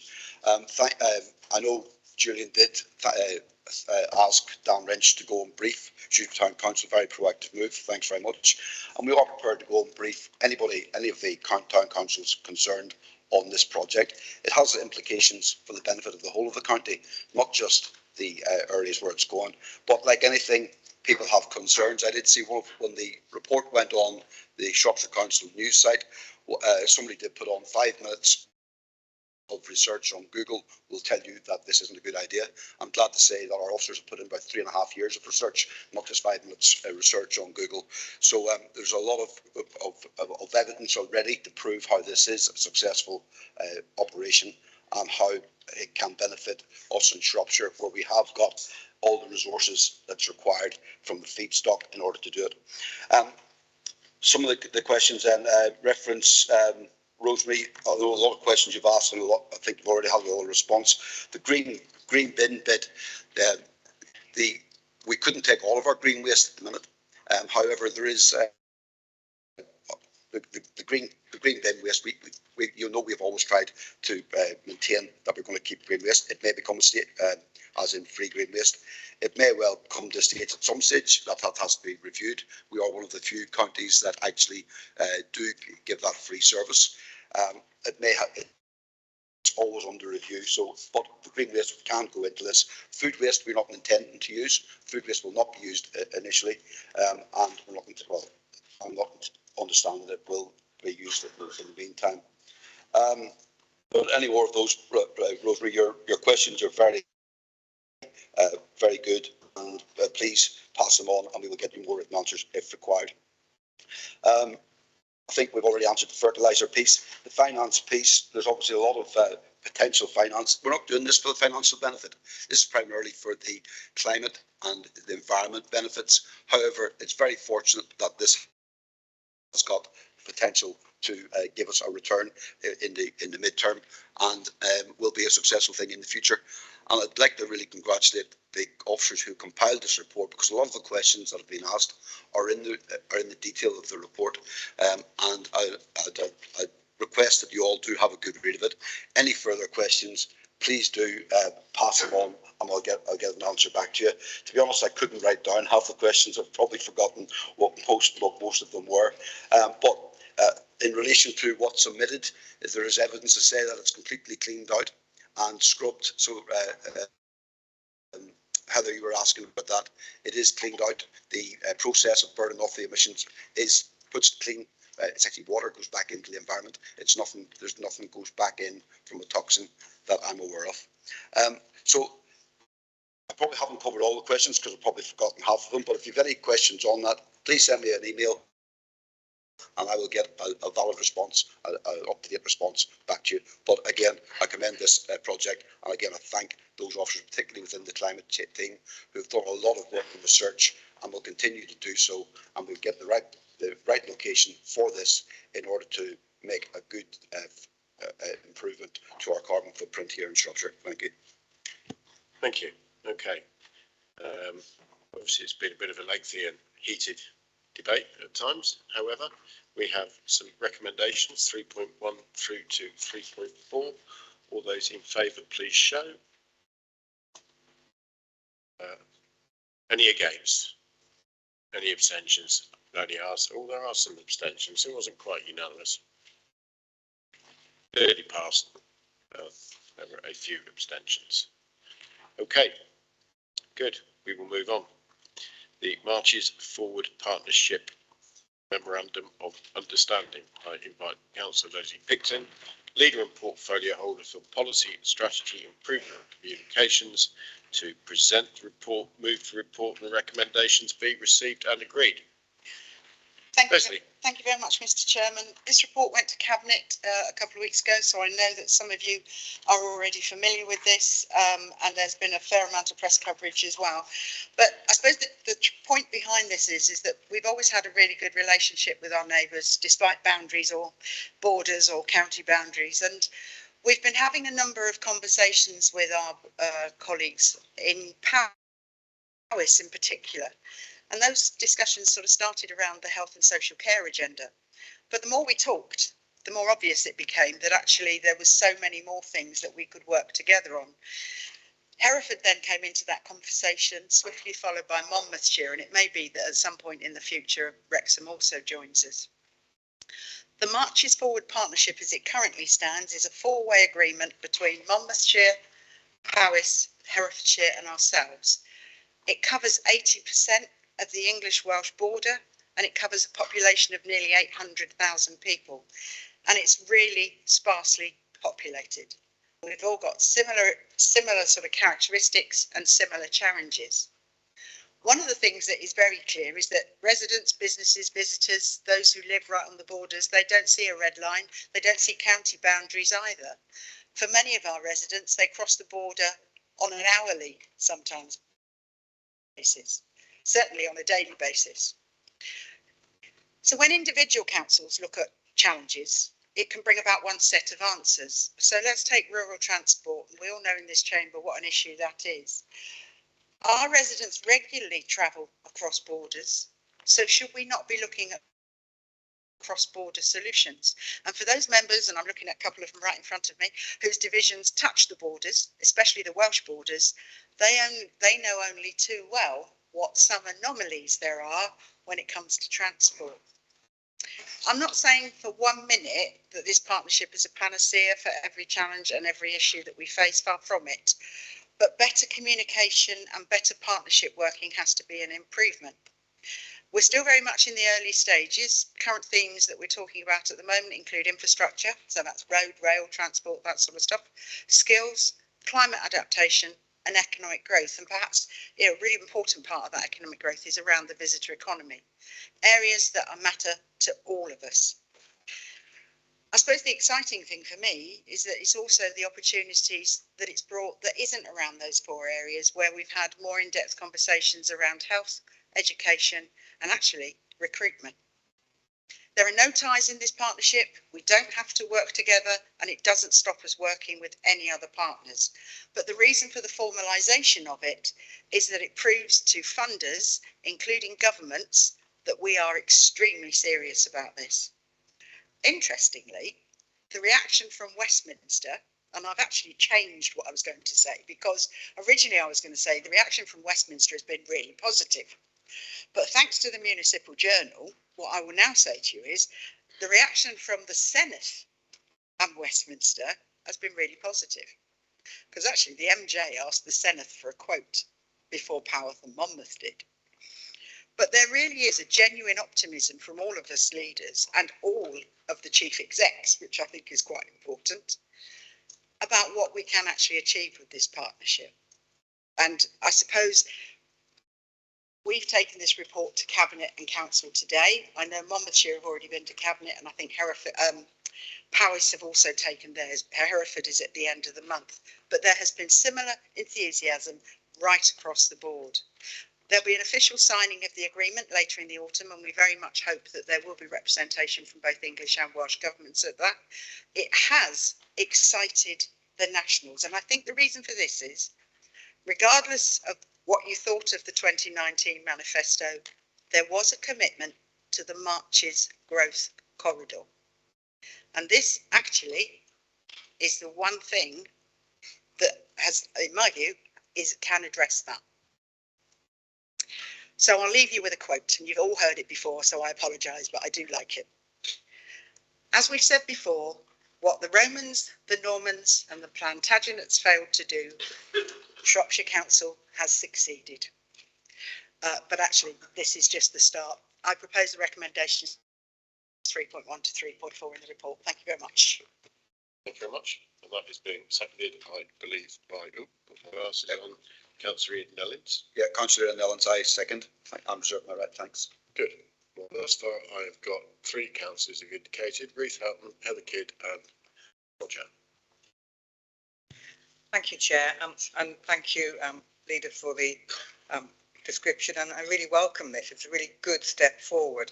But what is missing is the health aspect, and I won't just mention Bishop's Castle Community Hospital once today, I forewarn you. But having been dealing with a hospital closure with our partners on the ICB that refused to acknowledge the Powys patients that may use that hospital. In fact, most of SY21, 7 miles away, was excluded from the data when they made that decision.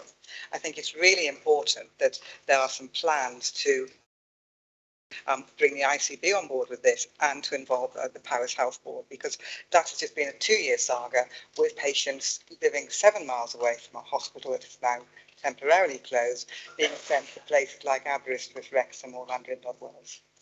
Thank you. Thank you. Councillor Heather Kidd. Thank you.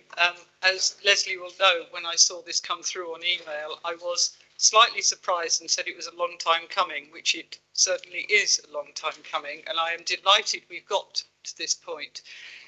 I think that there are a number of issues we need to include in this, not least the health and social care, which also straddles the border quite often because of lack of carers and so on.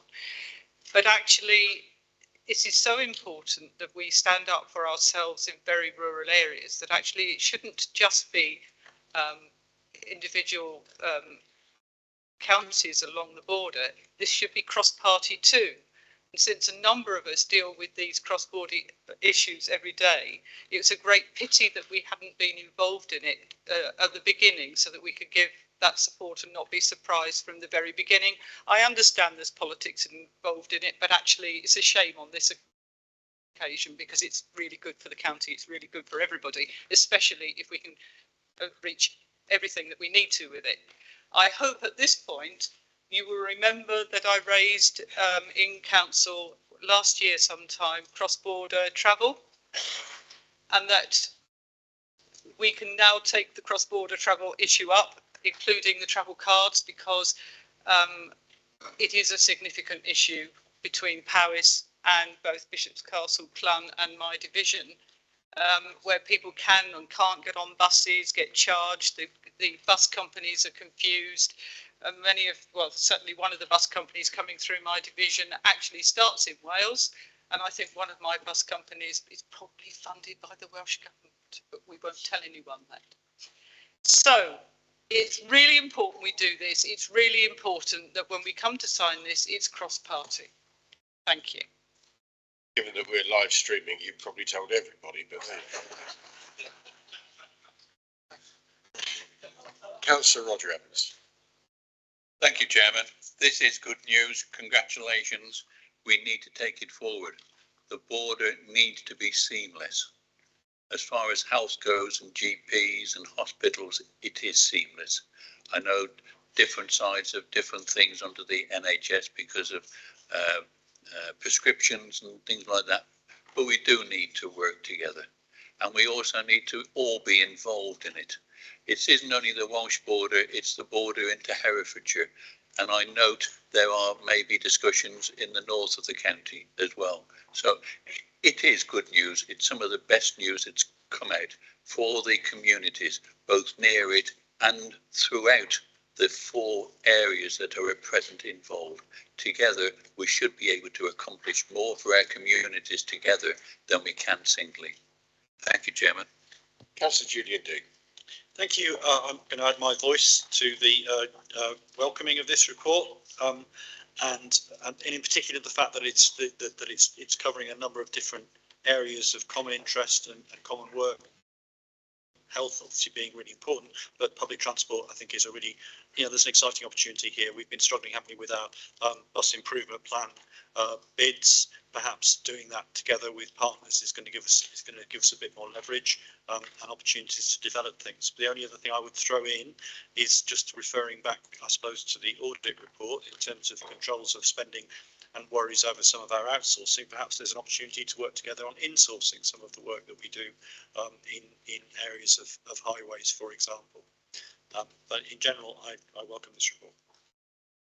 Good. I've got Councillor Julia Buckley, and then I'm open to a few more. But if it's just to say that you welcome it, it's brilliant. Please refrain, because we've heard that several times now. Councillor Buckley. Thank you. I welcome the strategic join up with other areas, not just to bring forward public transport that's much needed, but also so that we can bid for funding from external grants and from government. But I have to say I'm really disappointed to hear for the second time this morning how local and predominantly opposition councillors are being excluded from really important and valuable processes.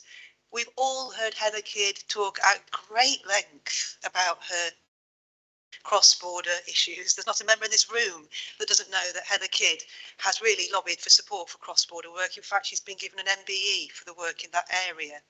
I cannot understand why she would not have been involved in this process. And we must look now more closely at the local member protocol. This room is full of members who have all got a wealth of knowledge and experience and professional background. You know your areas better than anybody. You're such an asset to this council. But so far it feels very much as though only the executive are allowed in the room. And it's a mistake, because you need to include and involve members so you can bring us with you, so we can tell our communities how good and important these projects are.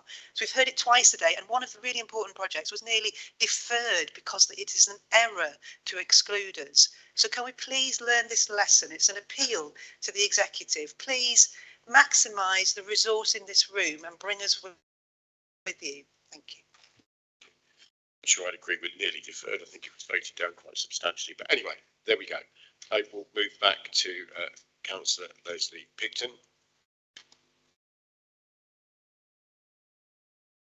Well, you were the one that proposed it. Okay, fine. I thought you went to Ian first. No. Oh, no, Ian, sorry. Yeah, no, second. Thank you very much. I pick up really on the transport side, because obviously that fits within my portfolio as well, along with a lot of the green issues, which we are going to take the lead on with this, which I think is really good, because our team has done a lot of work on that. The transport side is a major concern to us. Last week before, went to Whitehall to attend a meeting on the Marches transport, which was attended by all Shropshire MPs and some of the MPs from across the border in Wales as well. It was mainly about trains, and and about access to trains, to which I made the observation that I had to drive 30 miles from Market Drayton to Stafford in order to be able to get a train, because most of Shropshire hasn't got that facility. The transport, we haven't been successful within the West Midlands, because the greater population centres have tended to be prioritised over the rural, and I think this one brings us our population up to around about 800,000, gives us a much better case to push our case forward for that. And we did raise the points such as the cross-border stuff, the bus passes, etc. I know Heather's raised that with me in the past. We keep hitting a brick wall with that, but it's good that some of the buses are starting in Wales. They might have to amend their timetables now with the new speed limits, but hopefully it will still be running for the near future. Thank you very much. Thank you. Leslie. Yeah, thank you, Mr. Chairman. I'll pick up the points that have been raised. Originally, one of the things that we talked about, Ruth, was about the funding opportunities, about where we're looking at bids, and it actually came from, and I say it's a minor bid, it wasn't, but it came from the regeneration of the Montgomery Canal, because Powys were given 16 point something million pounds to redo their part of the Montgomery Canal, which left 2 miles in Shropshire. So all the economic benefits that they would have got are still stuck with 2 miles in Shropshire. So originally, when we talked about forming this partnership, it was very much with funding. What I said in my introduction was that actually the very start of the process was about health. And particularly actually about social care. So what I would say to you is nothing is really ruled in and nothing is ruled out of this, and that's where we get the options. So for instance, I know there's been a discussion around some of the health issues with Powys, but we've not necessarily had that discussion with Monmouthshire, if you get my drift. So as what I said earlier on, nothing's ruled in, nothing's ruled out. The rural areas, and Ian's just touched on this really, you know, when we've looked at where these monies have gone, they've gone to predominantly urban areas with large populations. There is becoming a bigger clamour in Parliament around rural areas, which is absolutely right. And the I come back to what we said about the cross-border nature of this and the cross-party nature of this. In case you aren't aware, Monmouth is Labour, Powys is Liberal Democrat with Labour, and Herefordshire and ourselves are Conservatives. The sort of negotiations around this were, I don't say were difficult, they weren't. Everybody was really on board, but we obviously had to make these timings and make sure that everybody was informed at the same time. Is this going to be single party? No, because the way I see this working, Heather, is very much that when it comes to, say, a transport working stream, there'll be members from all different groups on there. That was never the intention for this to be something of the administration. I loved it when Roger said about, you know, in terms of health, it's seamless. I saw Steve Davenport nearly choke on his tongue at that point, because he knows only too well the difficulties when you've got a surgery in Wales and residents who live in Shropshire. The other thing I think is quite interesting is that there's already been some discussions around perhaps bulk buying in solar across all 4 councils to make it cheaper. I know that's been done in other council areas. I don't want to make this a political speech, but I am just going to say one thing, and it's in response to partly what Roger said and partly what Julia said. There's been a lot of work gone into this. The work that started came from a meeting of the Cabinet with Powys Council. We have taken this forward. That does not mean we will exclude you in the future. What I find ironic is that you want to be involved in some things and not involved in others. And forgive me, but regardless of what you might think, you are not yet in coalition. So this administration will bring things forward and will include you absolutely in something like this. But I still go back and say I don't have to discuss everything that we're doing with you. There will be times when I choose to do so, and there will be times when I don't, but we do not have to. So let me just make that clear. I'm really happy to propose this. Mr. Chair, I have finished. Thank you. Well, we have recommendations 3.1 through 3.4. Those in favour, please show. Any against? Abstentions? Unanimous. Thank you, councillors. Okay, we will move on to the next item. It's past 11, so 12, sorry. Statutory review of polling districts, polling places and polling stations. I invite the Councillor Willem Butler, Portfolio Holder for Finance and Corporate Resources, to present the report. Move the report and recommendations be received and agreed. Willem.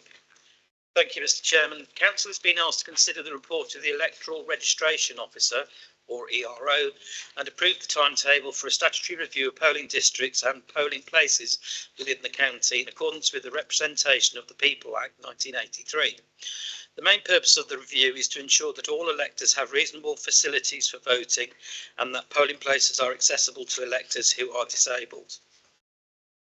As part of the review process, the RO will consult with electors, statutory bodies, political parties, local members and groups who specialise in accessibility for disabled electors to ensure all existing polling places are suitable or identify alternative options. A review is required by law every 5 years, but if agreed by council, it will take place between the 2nd of October and the 30th of October. A report will be brought back to council on the 14th of December, following the conclusion of the review, to enable members to consider the review findings and approve any necessary changes to the existing polling districts and polling places. I therefore move the recommendation as set out in the report. Thank you. Thank you. And that is, I believe, being seconded by Councillor Gary Burchett. Is that correct? Thank you, Mr. Chairman. I second the motion and I reserve my right. Okay. Roger. Thank you, Chairman. I will be supporting this. However, I do point out that October the 3rd is when the Boundary Commission will be reporting, and they may propose alterations, may not. We will have to wait and see. However, there is also a community governance review taking place about parish and town council boundaries. So, depending on what they recommend, it may be that their different polling stations will be needed or moved, etc. So I note the timing of it, and I know we have to have it in place in certain time limits, but I would urge those involved to actually take into view what other discussions are taking place both now and during October and the rest of the year. Good. Seconder, you withheld your right. Thanks, Chairman. Just from Councillor Evans' point of view, the polling stations would still serve the same amount of population, irrespective of what division they happen to be in or what village or parish council they're under. So it's a review to ensure that sufficient polling stations are there to cover the whole population and they are all accessible to the population. It's not about the boundaries themselves. Thank you. William. Just to clarify, I think this has been brought forward early because we're only 12 months away from the general election and the boundaries reviews, I believe, more than anything else. I do take Roger's point about our boundary reviews, and there may well, I know if one goes through in my ward, they will have to have their polling, where they actually place their vote, change from where they do at the present time. So, and those sort of things we will have to discuss as and when we know what the information is. And I'm sure as part of that process, there will be numerous papers coming back through to council as we iron out all the differences ready for the May 25 unitary elections. So watch this space, that's all I'd say. But generally, this is for the MPs and we need to get it in place early for the beginning of January. Thank you. Please approve the recommendations. Thank you very much. There are recommendations 3.1 through 3.4. All those in favour, please show. Any against?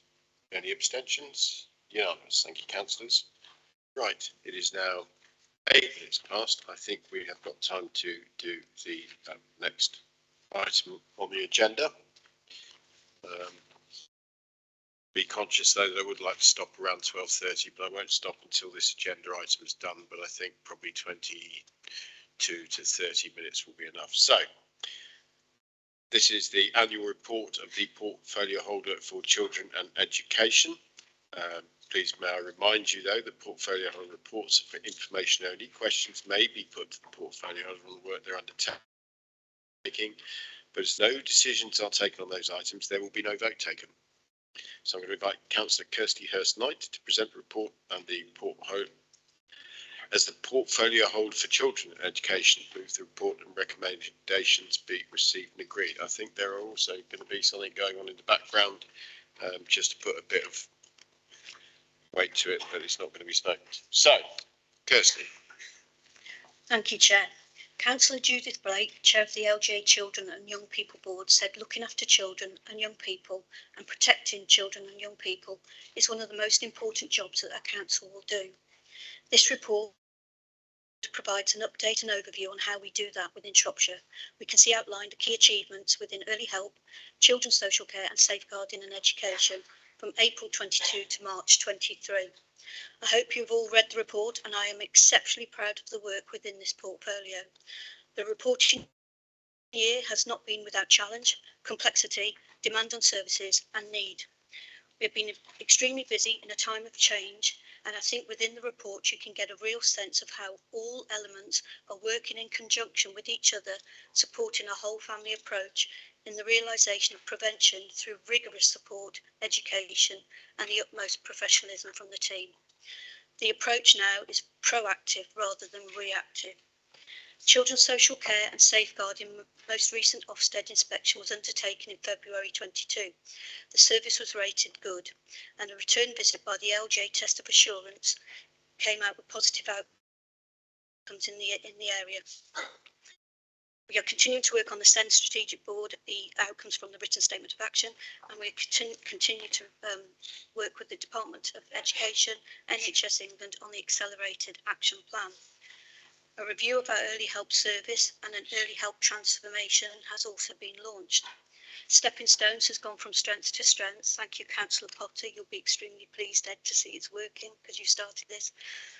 With the opening of the new therapeutic hubs and seen a total of 55 children avoiding becoming looked after and around 20 more children step down into a home settling environment. This has saved over £6.8 million to the council, but most of all, better outcomes for these young people and children. With the increase of foster care allowance, we have seen significant increase in inquiries and applications. Permanence has increased in adoption. Children's residential homes in Shropshire are rated by Ofsted as good or outstanding, and we see the opening of Carebrine. Within education, we continue to work with all education providers with a shift of culture of what we do to you, how we now do with you. High parental preferences for primary and secondary school applications for school places, both above the national average. Thank you to the admissions team.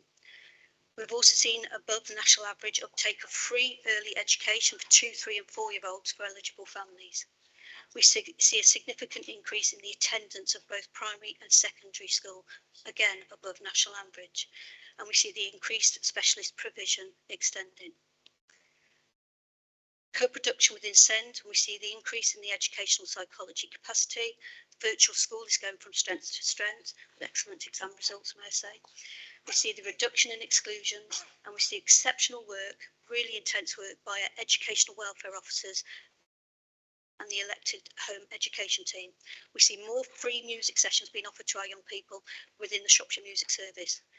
I want to express my thanks to the detached youth team, and the active travel agenda is growing and more schools are getting the investment that we have promised. The CE panel and the work of the trees team together reducing and ending exploitation.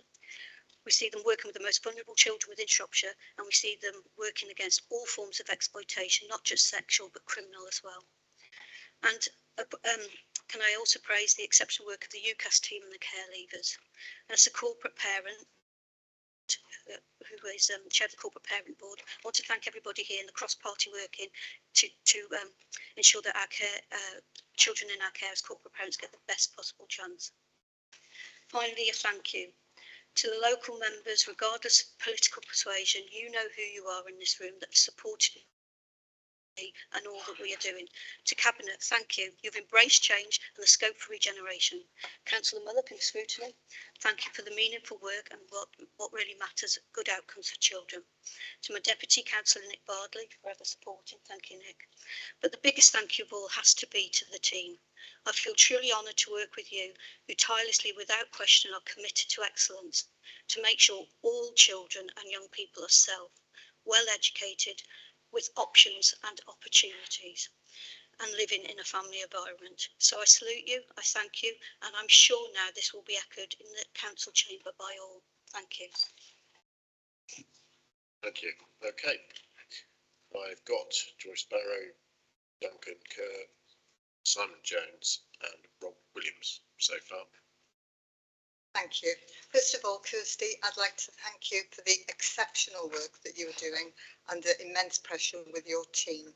The question I'd like to ask is, following pressure on some schools with regard to school admissions, particularly in the Shrewsbury area, Can I ask what is being done with regard not only to Shrewsbury, but also with the wider county to ensure there are sufficient places for all Shropshire children in years to come? Thank you. Councillor Duncan Kerr. Yeah, I'd just like to echo the thanks to the portfolio holder and the staff. And they're all very dedicated and committed, and I think anyone would doubt that. But they do have a Herculean task. Their much needed proactive approach is unfortunately overshadowed by years of a reactive approach, which has decimated our early help service. Page 168 of the report actually says this. The review of our early help service has highlighted the impact of reducing investment has led directly to the increase in demand on statutory services. So the increase in demand on our statutory services is a direct result of the cuts made to our early help service. As a result, the number of children coming into care continues to rise, despite the very best efforts of the Stepping Stones project, which is a fabulous service, but it is not enough to stem the increasing number of children coming into care. We were told back in March, when we approved the medium-term financial strategy, that the Stepping Stones project would be so successful, there'd be no need for demographic growth in this area, and indeed some £19 million of savings could be made by the people services. Unfortunately, the report doesn't tell us how many children were in the care at the end of the year. In fact, it doesn't give us very much data at all. But it does say it was an 8% increase on the previous year, which is probably around 50 extra children, a similar number to those being diverted by the Stepping Stones project. What that means is you'd have to double the Stepping Stones project to achieve the stabilisation that we were told in March would be achieved by it. And I don't see any proposals to do that. But it's not just money we should be concerned about. If we are passionate about improving the life prospects of children, we have to match our fine words with our actions. And the report tells us there is a very worrying increase in harm, particularly physical injuries to our most vulnerable children. And 78%, yes, 78% increase in requests for assessments within our disabled children's team. If looking after children is one of the most important things we do, as the portfolio holder stated, then this demands an urgent investigation. It is clearly an unsustainable increase, but I see no such proposal here. I couldn't put any more sharply in the words of the review. Reducing the service, that's the early help service, has significantly increased demand, and it has become increasingly obvious that an opportunity has been missed to support families at the earliest opportunity to divert them away from statutory services. That's not my words, that's the words of the review. I do accept the leader always says that we can't go backwards, but I think if you're going to make progress, you can start by refuting and dissociating yourself from the actions of the previous leadership, even though they were of the same controlling group. This is a record of financial failure, and it's a record of failure for families as well. We all need to accept that it was completely wrong, and it needs to be stated to have capped the early help service. The cuts needed mean investment in early help is now too little and too late. There is investment going in, too late. We need a much fuller inquiry into how we can invest real money in preventative services rather than taking money out of this service in efficiency savings. Children should not be paying the price for Shropshire's financial woes. Whoever is responsible for them, it's not children. The report also tells us that Ofsted inspections found that some children in need of help and protection were not benefiting from a robust application of what's called PLO, the Public Law Outline.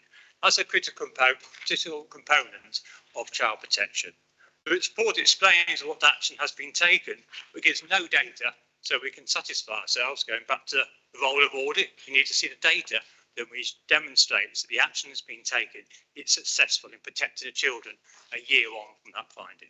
So I'd ask the portfolio holder to share with us the data behind that. Thank you. Good. That was a short question for a long leader. But there we go. Simon. Thank you, Chairman. As Deputy Portfolio Holder for Adults, I'm pleased to see the holistic approach to not just supporting the child or the young person, but the family as well. So my question would be, how are things being developed within early years? Thank you. Rob Wilson. I just wanted to thank the portfolio holder for specifically mentioning the active travel agenda in schools.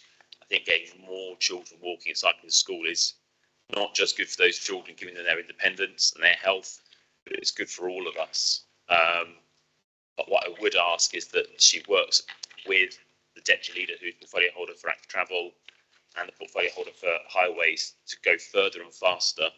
I started advocating for these changes when my children were very small, and I'm on the verge of one child going to secondary school. I don't want to get to the point where a generation of children have missed out on the opportunity to go to school by themselves in a healthy, clean way.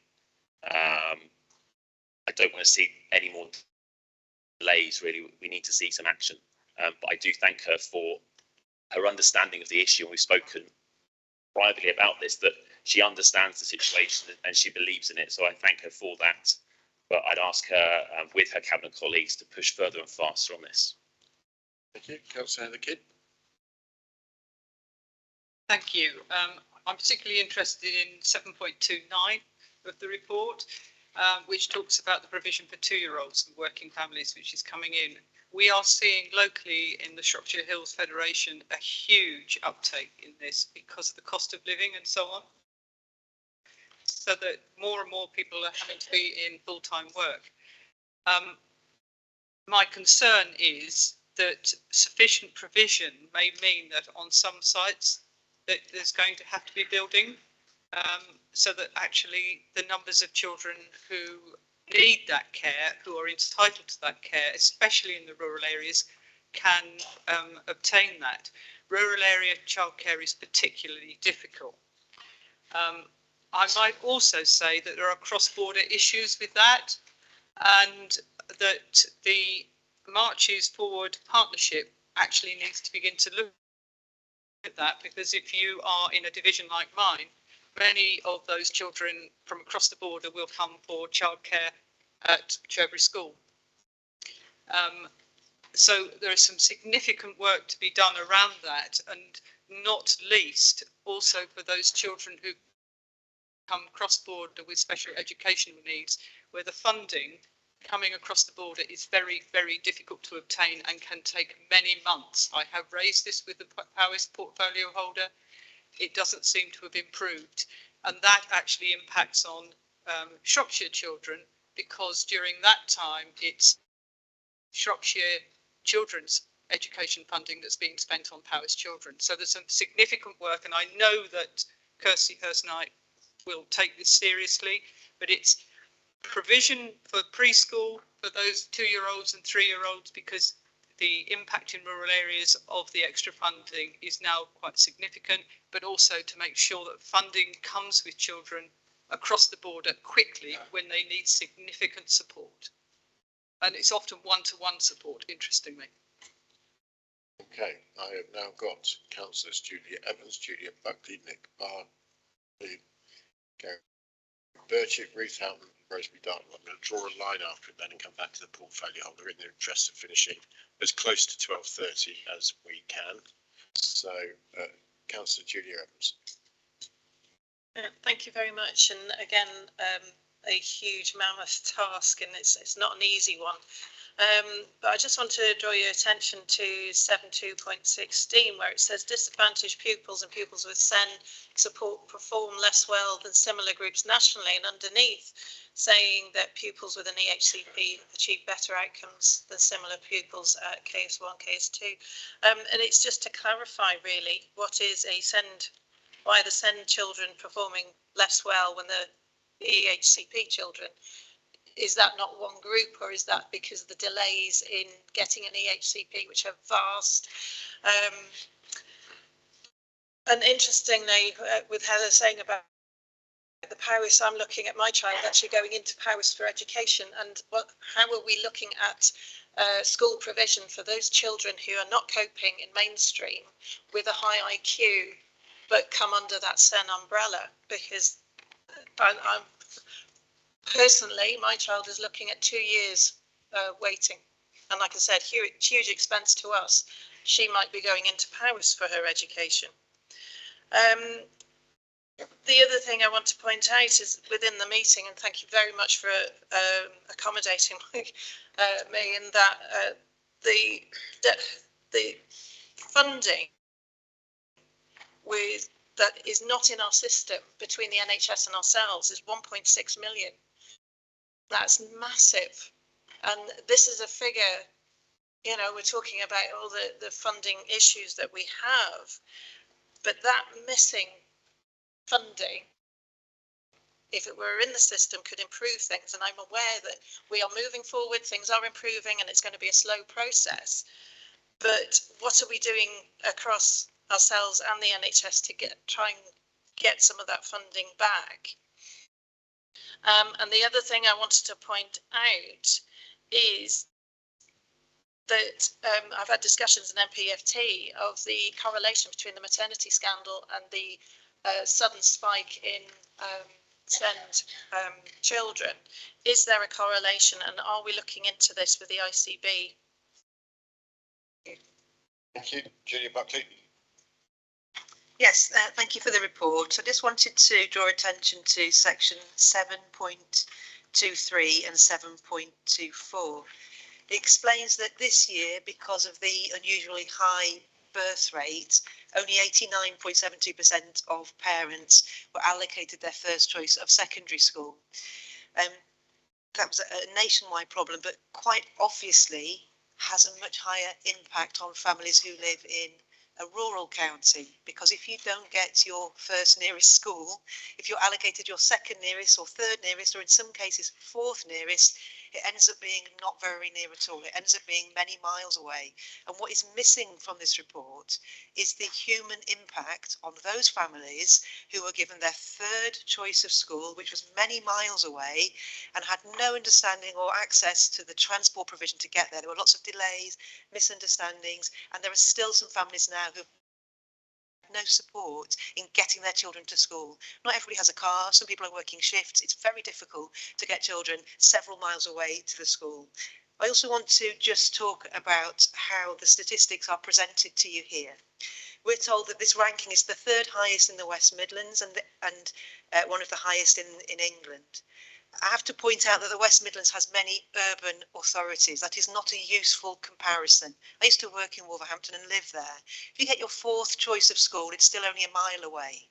If you live in Bridgnorth or in the south of Shrewsbury and get your fourth choice of school, it's considerably harder to get there. The most useful comparison in this report is comparing us to our statistical neighbours. So there are other similar rural counties just like ours, and we're told that we're the 8th highest. Guess how many are in the list? 10. So in fact, we're 3 from the bottom. We shouldn't be proud of this figure. And what we need to do is understand how it impacts families on a human level and work with them to assist them to cope when things like this happen again. Yes, it's an exceptional year, but as you point out in 7.25, we need to plan going forward how we work with new housing developments to prevent this happening again. The most important thing is what's missing. It's the impact on humans. Please can we consider that and work with families more closely next time? Nick Barnsley, did you indicate? Thank you, Chair. As some of you, perhaps many of you know, I've been closely involved with children's services here in Shropshire for more than 10 years. It's been a privilege to have been Deputy or Cabinet Member for Children and Education throughout that period.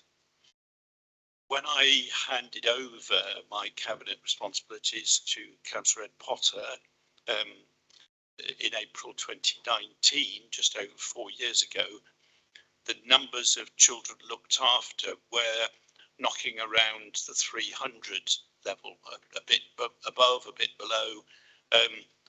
And you can see the scale of the problem that the present team have, because the equivalent numbers at the end of March 2023 are more than double. And despite everybody's best efforts, that's largely beyond the council's control. Shropshire, of course, has to take its responsibilities for unaccompanied asylum-seeking children, and those numbers themselves are not small. They're significant. And I think every member of the council understands, should understand, that we have statutory obligations. we can't simply look the other way. Being cabinet member for children and education is an amazing privilege, can sometimes be hugely rewarding, but also a lot of the time hugely demanding. I take my hat off to Kirsty, but also, of course, to all the staff delivering this service. It's a tough job. They're doing it through hard work, dedication and passion. And actually, they're doing it very well. Thank you, Chair. Thank you. Councillor Gary Burchett. Thank you, Mr. Chairman. Can I also add my thanks to both Kirsty and to Nick for the fantastic work their staff do in all areas across all children and education. And a small question to Kirsty. Can you give us an idea, since the increase in allowances to foster carers, has that helped a lot with recruitment here in Shropshire? Thank you. Councillor Rees-Houghton. Thank you, Chair. The Child Sexual Exploitation Report published in relation to Telford has previously been discussed at a People's Scrutiny panel.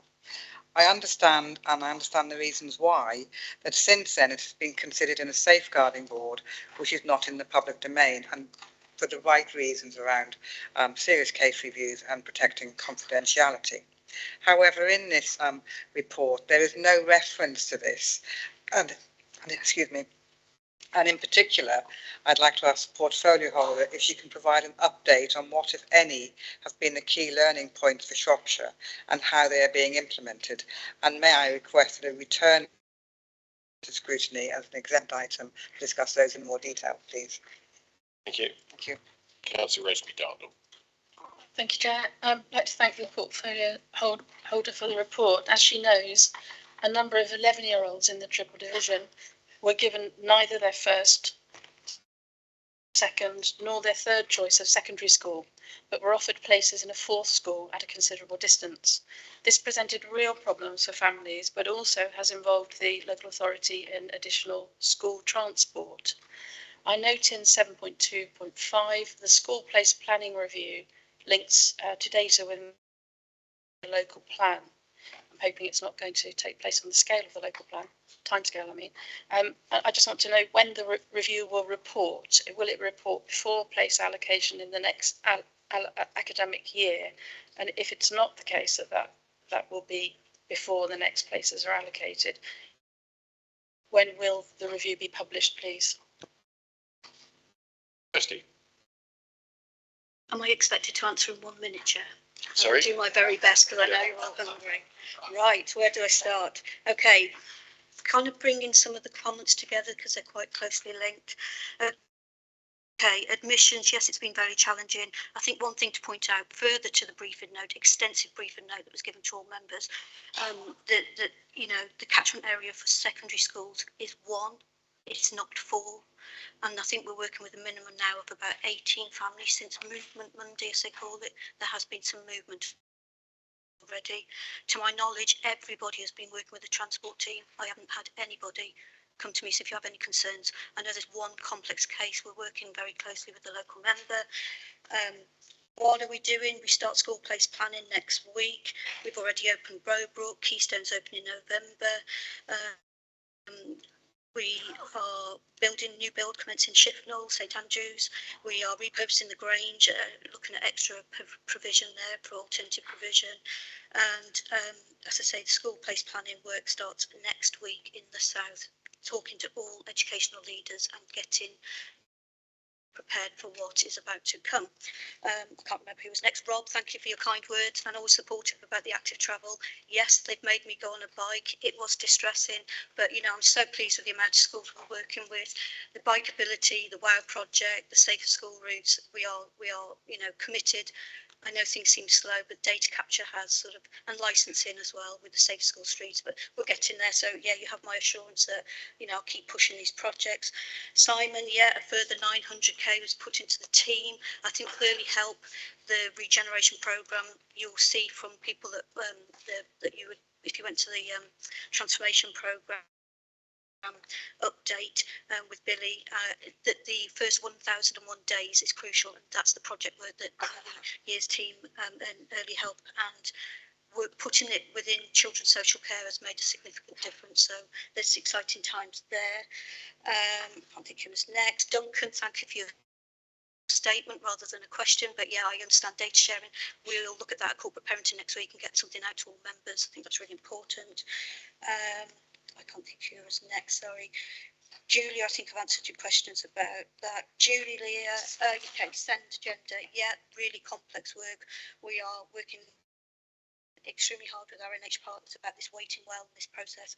I think the vision has always been that we don't move send children across the county, that they are more localised, independent in the areas. We're working extensively with schools at looking at much smaller send hubs, and school leaders are really keen about that, and they are working well. So there is more to come, and I'll hopefully share some information around that.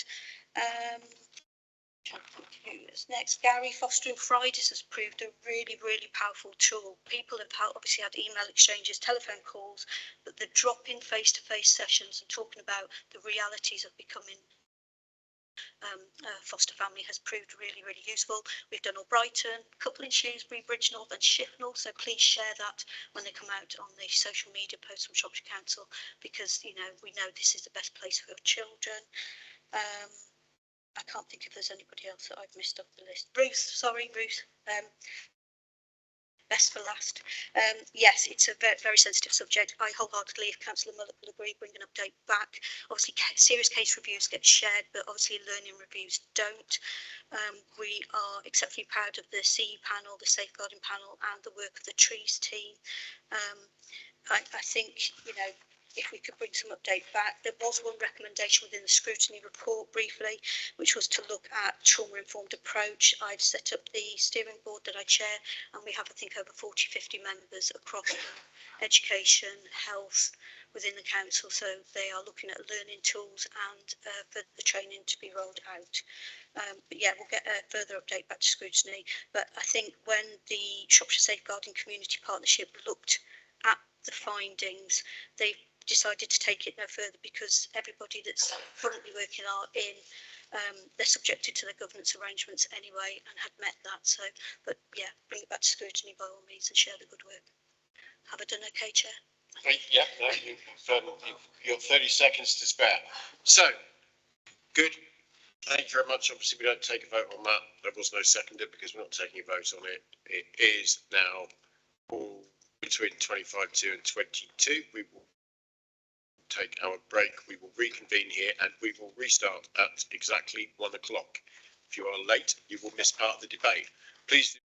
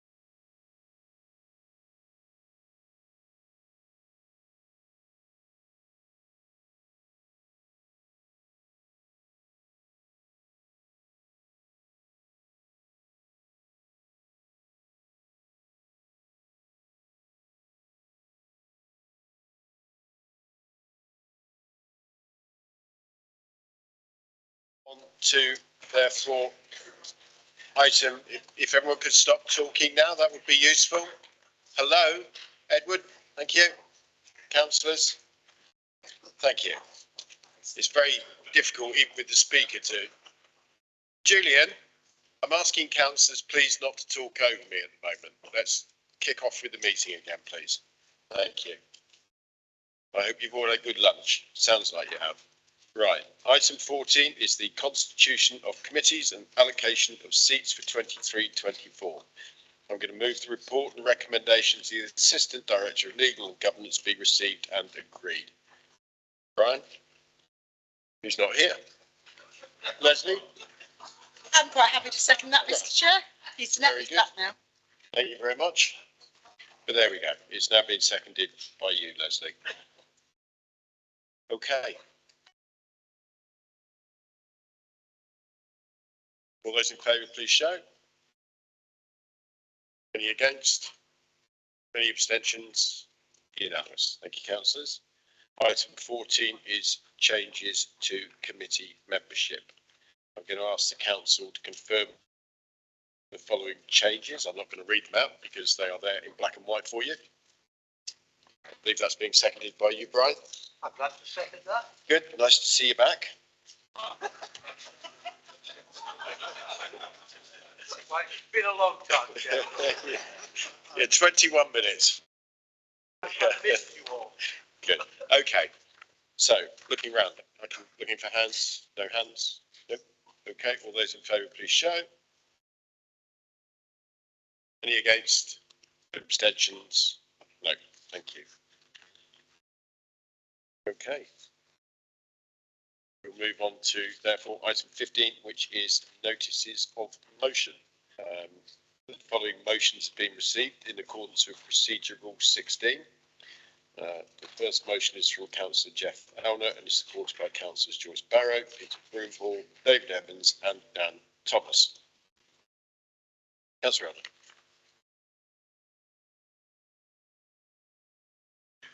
Thank you, Mr. Chairman. Ladies and gentlemen, or fellow councillors, whoever's listening, I thought it might be a good idea if before I start, if I apologise if I upset anybody, because I know there's lots of people, I've been approached by quite a lot of people in this chamber, that have experienced the traumas of brain tumours. So I just hope my words do not upset anybody, because this is quite an emotional topic for me. Right. I'm well aware that some of you have lost, this is my introduction, by the way, I'm well aware that some of you have lost close family, friends and loved ones. And I assure you it's not my intention to cause you any discomfort. I only wish to highlight the urgent need to take some positive action to fund and investigate this illness. 1 in 3 people will know someone who has been affected by this devastating disease. So that means there are around 25 people alone in this chamber who will sadly understand and be well aware. And that's quite a statistic when you look around this room. That a third of you here will have had experience or know someone that has suffered. Here are some stark facts. Currently, over 5,300 people lose their lives to a brain tumour each year. And the figures are getting far worse and have been increasing each and every year. Latest figures show that in the UK, at least 88,000 children and young adults are estimated to be living with a brain tumour. And that's only the ones that we're aware of. There are obviously many more who are yet to be diagnosed. 16,000 people per year are being diagnosed with a brain tumour. And to put that into some perspective, that equates to 307 people each week, 45 people each day. Almost one person each and every 30 minutes is being diagnosed. Sadly, recent statistics show that out of those 16,000 people diagnosed, only 2,000 of them will manage to survive for 5 years. 14,000 of them will not manage to survive for that 5-year period and will simply die. That equates to a 12% survival rate over those 5 years. Whereas when you look at other cancers, 70% of breast cancer patients and 40% of leukemia patients are reaching the 5-year survival rate. These current statistics clearly prove that any extra investment into breast and leukemia cancers has dramatically improved survival rates. Brain tumours kill more children and young adults under the age of 40 than any other cancer. They can develop in anyone at any time, any age, any gender, any class or colour, or creed. We are all, each and every one of us, susceptible to this horrific silent disease. Over 50% of all cancer deaths in children and young people are attributed to brain tumours. They are indeed the chief cause of all cancer deaths in children and young people. And I personally find these figures are very shocking, extremely concerning. But for me, these statistics are not the worst thing. The most concerning of all is the lack of awareness, the lack of funding, and the lack of research. Especially considering that year on year records clearly show, without any doubt whatsoever, that brain tumours are the highest cause of cancer deaths in the UK, and yet we've only invested the lowest value of cancer funding into this type of cancer, into brain tumours. It cannot be acceptable that only 1% of the national expenditure into cancer research has been allocated to research into the treatment of brain tumours. Only 1%, yet it's the highest killer. Not right. So I believe it is imperative that increased funding is immediately made available to be spent into a programme of research and development into the cause of brain tumours to enable clinical trials and treatments. And your last 20 seconds, Jeff, just as a guide. Late last year, a young family were completely devastated when their 13-year-old daughter, late last year, a young Ellesmerian family were completely devastated when their 13-year-old daughter sadly died from this illness. After witnessing how this affected her school friends and the community, I started to carry out some research and following some conversations with council colleagues and with her family, I sought advice from the charity Brain Tumour Research, as well as from MPs and our local parliamentary candidate, all of which have been extremely helpful and have assisted in my research and also offered their ongoing support. Alan McCready was a happy, popular, seemingly healthy young teenager. Jeff, you are significantly over now. If you could wind it up, I'd be really grateful. Thank you. Oh, what a shame. Okay. Well, I'll just read the motion, therefore, on that basis then, and not tell you about this poor girl that died in her sleep. The motion is, current statistics clearly show that brain tumour research is underfunded and that not enough research is being carried out into finding effective treatments. In 2018, the government pledged to invest £40 million, which has still not all been deployed. The Department for Science, Innovation and Technology has stated that the scheme is still open to viable research applications. It has been further stated that more funding could be considered if the science is improved. There are families all over Shropshire and within this council chamber, councillors and officers who have experienced the trauma of brain tumours. All of these people have witnessed the catastrophic events of this condition on their loved ones, and it's time that together we take appropriate steps to understand and conquer this condition. I therefore propose that this council write to the government minister asking that they immediately address the issue of the funding shortfall. Furthermore, the urgent need to provide extra resource and to set in motion a programme of research to effectively diagnose much earlier and to accelerate the commencement and development of clinical trials in an endeavour to introduce treatments and to find a cure. Thank you for letting me speak my time. That's fine. I'm sorry I had to intervene. That's fine. Thanks very much. I have given you an extra minute and a half, 2 minutes. So brilliant. And that's being seconded by? Councillor Joyce Barrow. Thank you, Chair.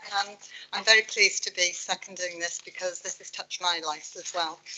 18 months ago, my brother passed away from a grade 4 brain tumour. At the beginning, he was misdiagnosed as having an ear infection. In severe pain, he was put on different antibiotics and stronger painkillers. Early and better diagnosis is vital. Brain tumours are no respecter of age, and we need to give everyone as good a chance as possible at survival. Investment into early detection, treatment and research will save lives, so I urge all members please to support this motion. Thank you. Just turn yourself off, thank you.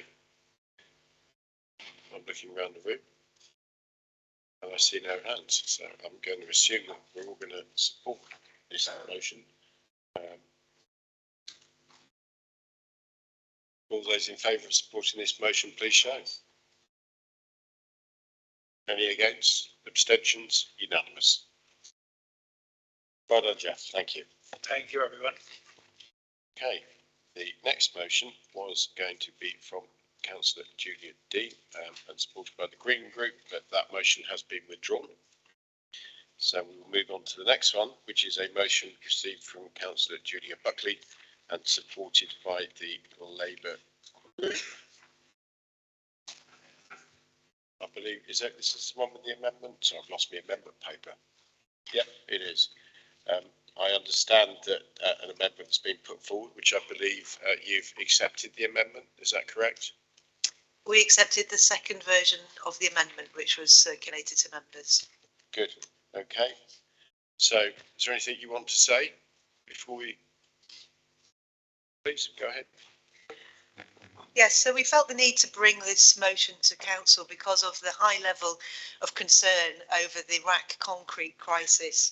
There is a lack of information as to which buildings are safe, which ones were not safe, which ones had been assessed, and what the outcomes of those assessments were.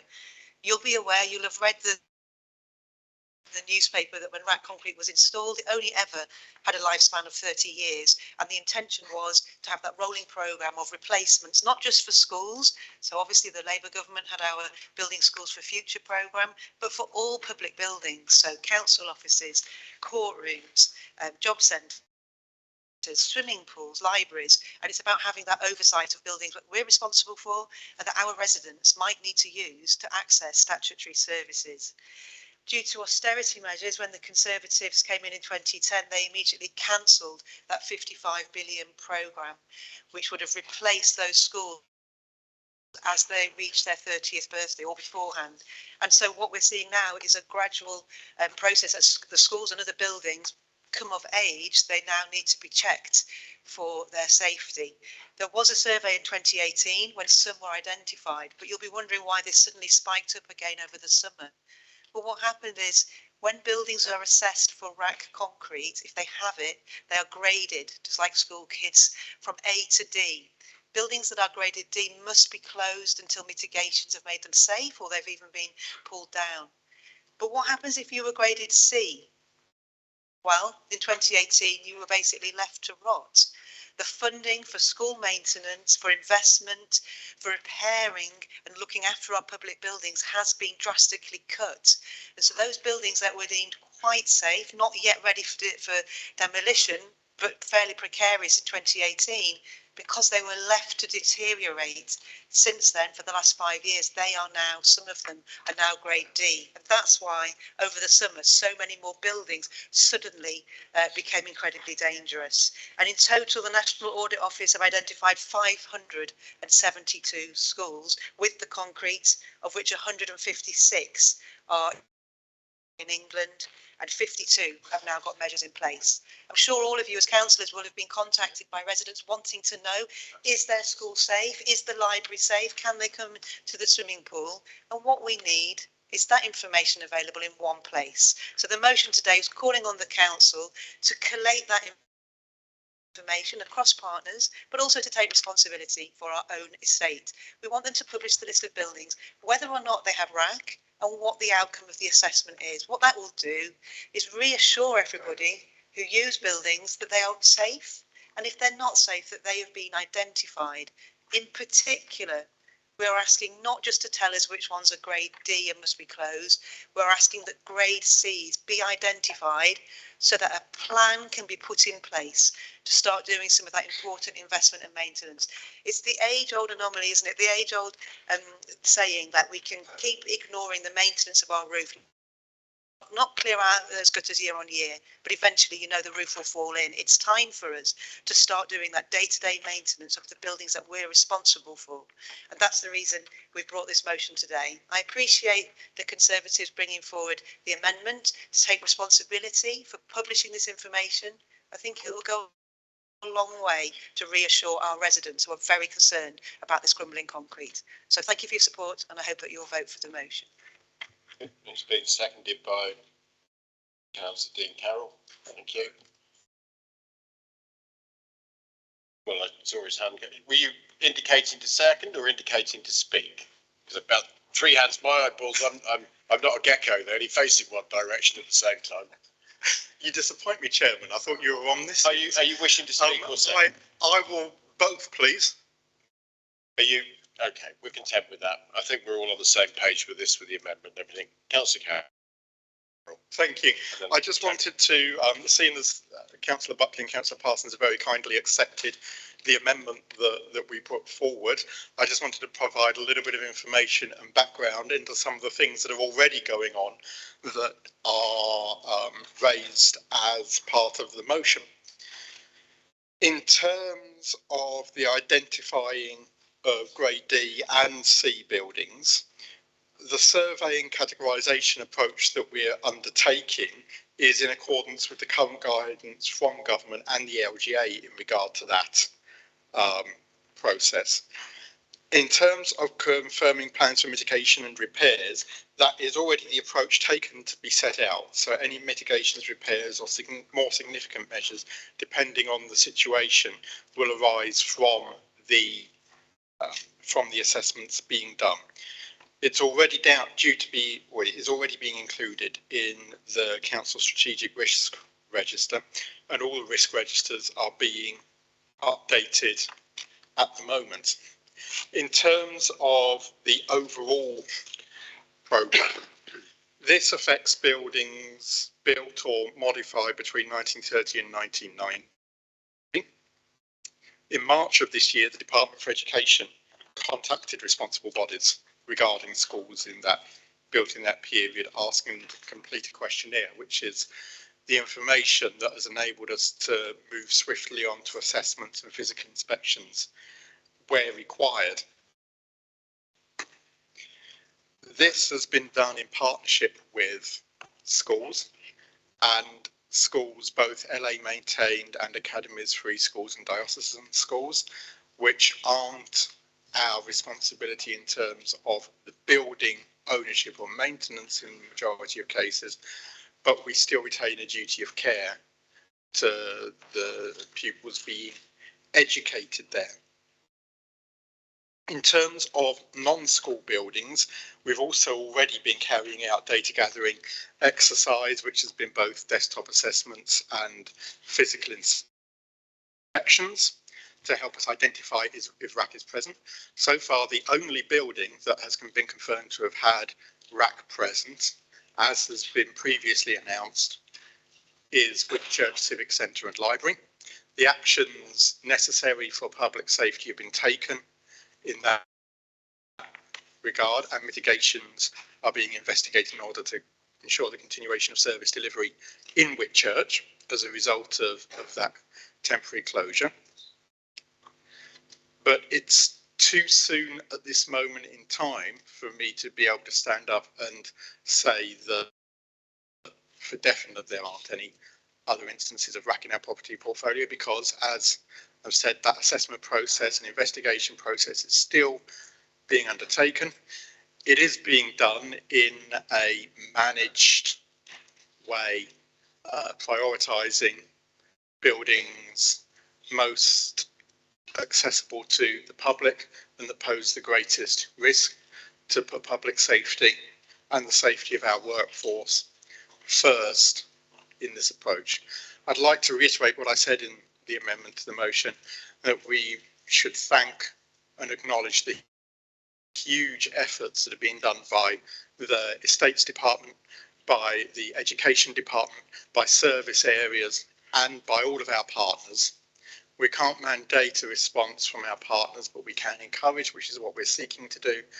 And to date, the partners that we've engaged with so far have been extremely cooperative. I hope that that continues as the scope of these investigations widens to more and more buildings. But as I've said, our primary focus is ensuring public safety, and that will continue to be what we prioritise. Thank you. Thank you. I'm going to bring in Tony Parsons, who indicated, but I'm going to ask if the members wish to have a small discussion about something different. They step outside rather than wander around and pass notes to each other, because it is distracting for other members. Thank you very much. Thank you, Chair. No, I had nothing more to add. It was just, I think, the confusion as to who was going to second the original motion. But I'm happy that. Yeah, well, I do apologise about that. I caught that hand when I asked for a seconder, and I was trying to look as broad spectrum as I could. So, but there we go. Okay, I haven't got any other hands. So, as the amendment has been accepted, it became substantive. So, all those in favour, please show. Thank you. Any against? Abstentions? None? Unanimous? Thank you. Okay. Thank you, members. We will move on to. I've lost my place a bit here now. I believe we're looking at the motion from. Excuse me. I turned over a page too many. No, I didn't. Okay.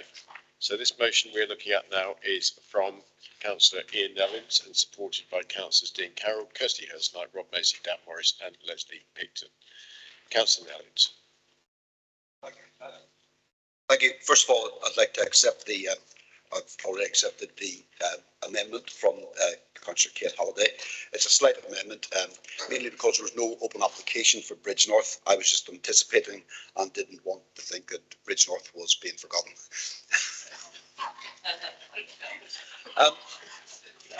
Bathing water designation on the Rivers 7 and 10 team.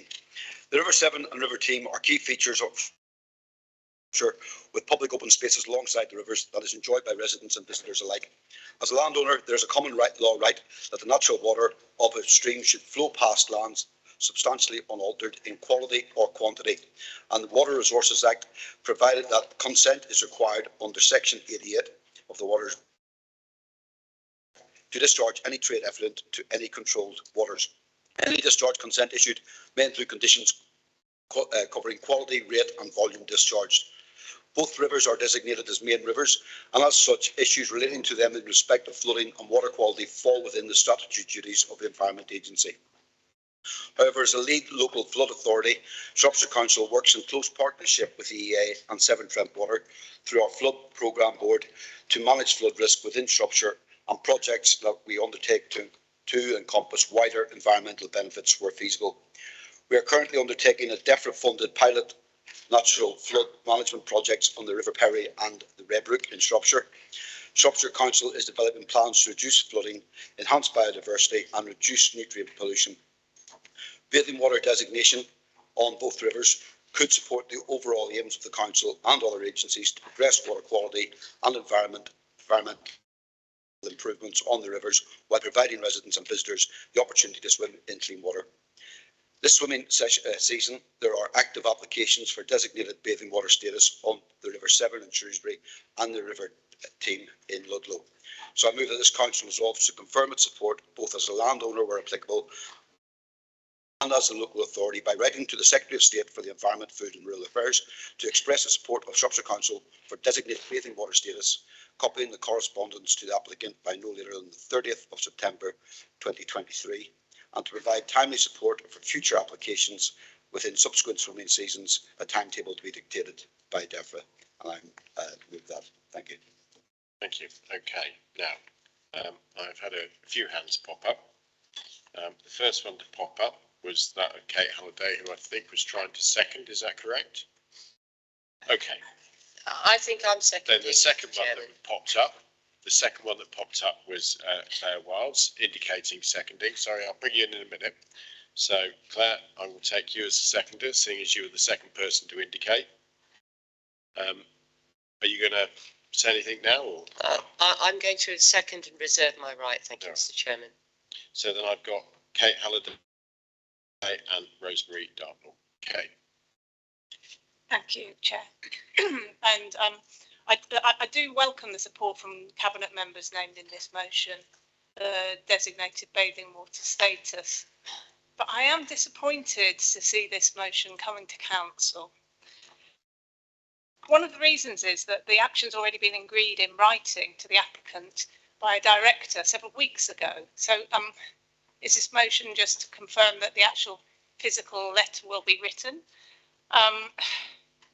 There are many ways I think you could have publicised your support, but you've chosen to put together a Conservative-led motion to Council.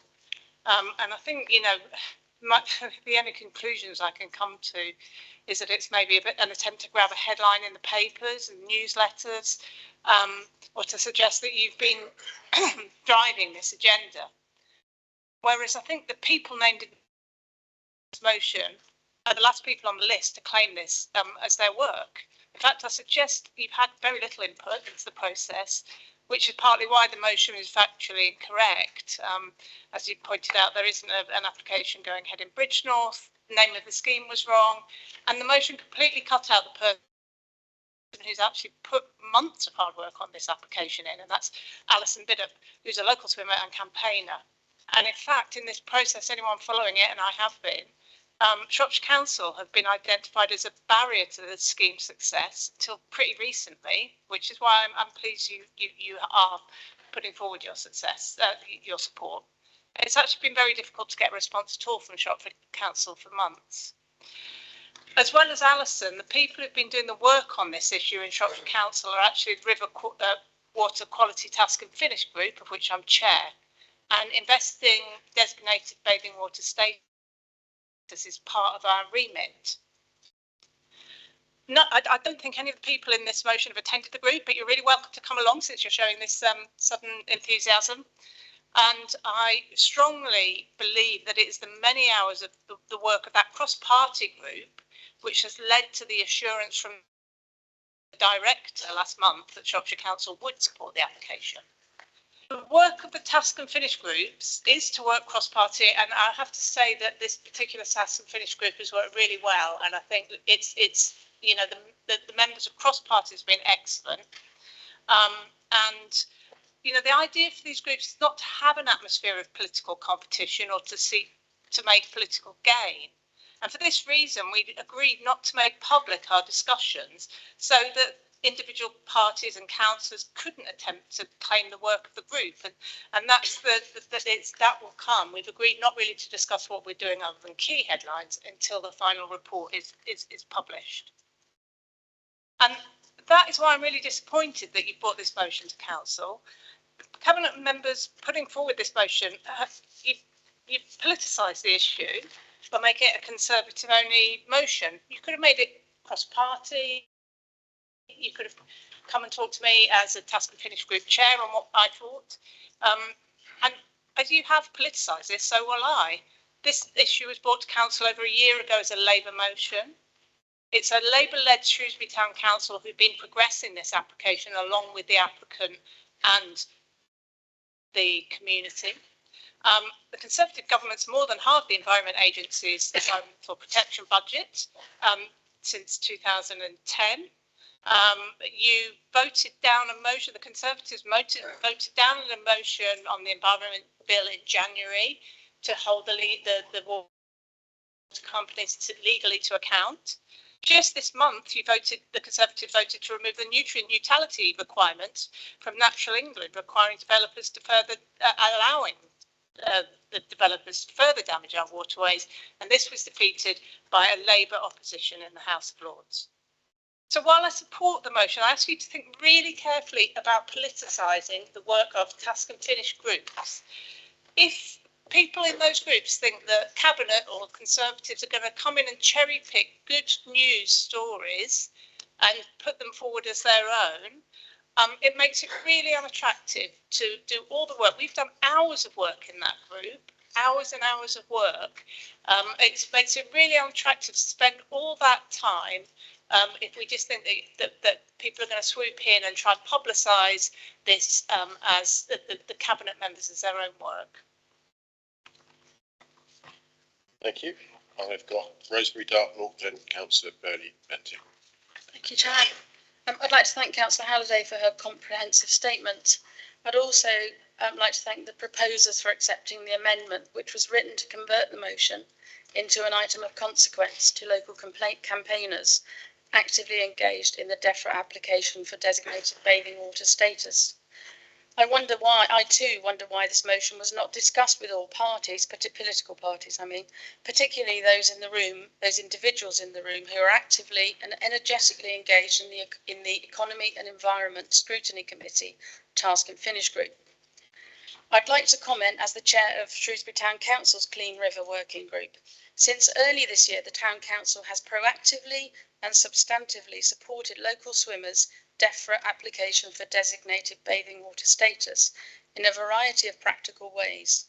DEFRA's application process is prescriptive and demanding, and even after this year's swimming season began, DEFRA changed some major aspects of the process. It's not easy. Since spring 2023, I have been involved in correspondence sent to senior Shropshire Council executives asking for support or even comments, both as local authority and additionally in some cases as landowner. This correspondence was never even acknowledged and certainly never replied to. It was ignored, which is unacceptable. Designated bathing water status is an important tool available to communities as it leads to increased water testing at the agreed sites. Given the dangerously depleted state of the Environment Agency at a time of entirely justifiable public concern over river pollution, achieving bathing water status designation will be an invaluable step towards measuring river pollution in parts of our county. So I hope all members will support this motion. Thank you. Councillor Burley-Benting. Thank you, Mr. Chairman. I would also endorse the previous speakers who condemned the politicisation of this topic against the background of a task and finish group at county at council level, the Shropshire Council level, and the Clean River Working Group at Shrewsbury Town Council level. And my plea is also for these matters to be dealt with in a cross-party fashion at all points and not to engage in point scoring. Thank you. That's what I have to say. Councillor Julian Dean, you need to put your hand up, Julian. You were next on the list. Thank you. Just really to give Conservatives the opportunity to work cross-party on this and to show their support, I invite you to the Shrewsbury World Rivers Day celebration happening this Sunday. Several of us are speaking, but I'm sure we can find room for other speakers. We'll be assembling in the quarry from 12, and there's a bit of a rally before that as well. But if you come along at 12, you'll meet all those campaigners, and the celebration is organised by the fantastic organisation up Sewage Creek, who've been needing a lot of work on it. Thank you. That was our advertising break. Good. Julia. Thank you. Yeah, I just want to add my voice to the disappointment about the process here. So Kate Halliday was chosen to be the chair of the Task and Finish Group. I believe the first opposition member to be invited to chair a scrutiny group of this council.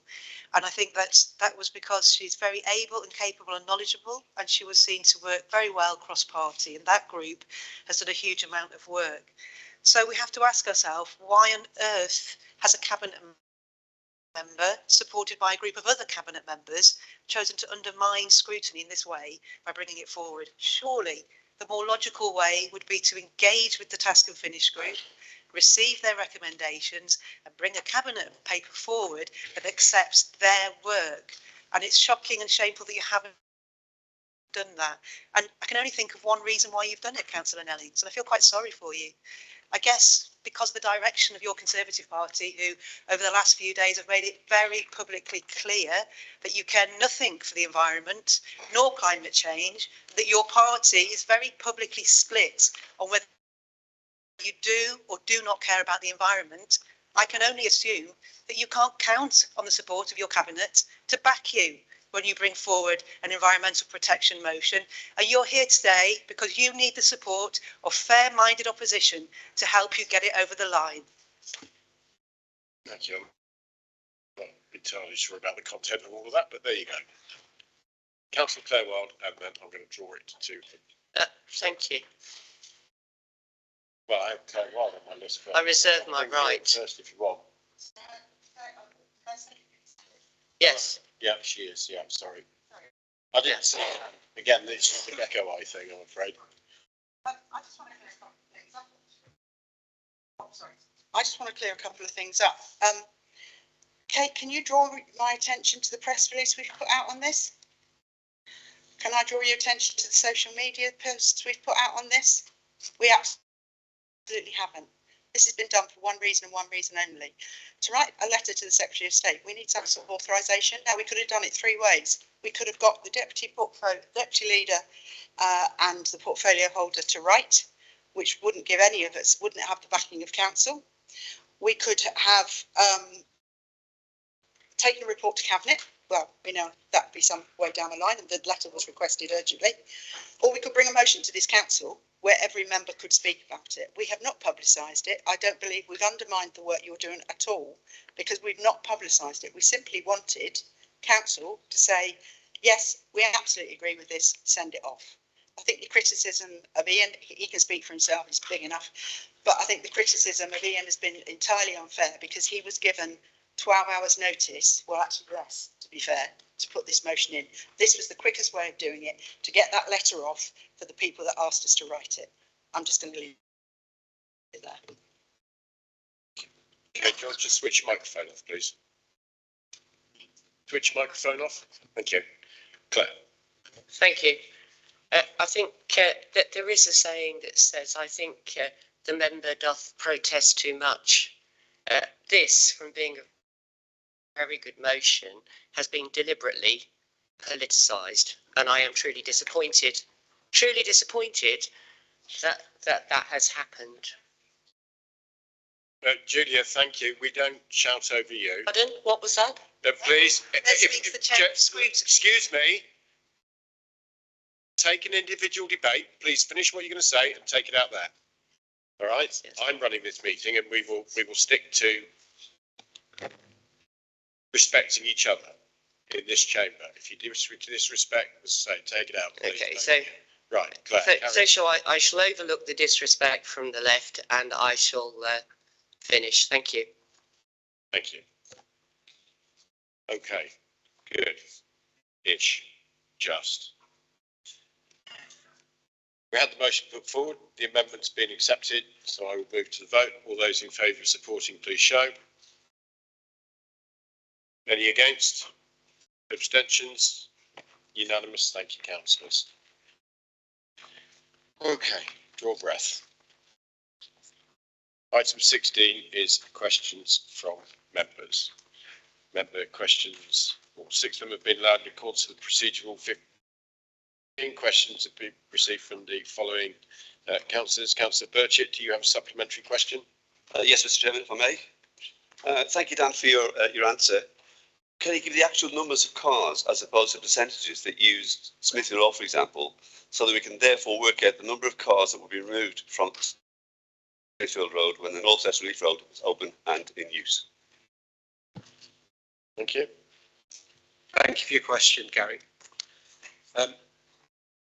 So in May 2022 and September 2022, there were traffic counts taken on Smithfield Road.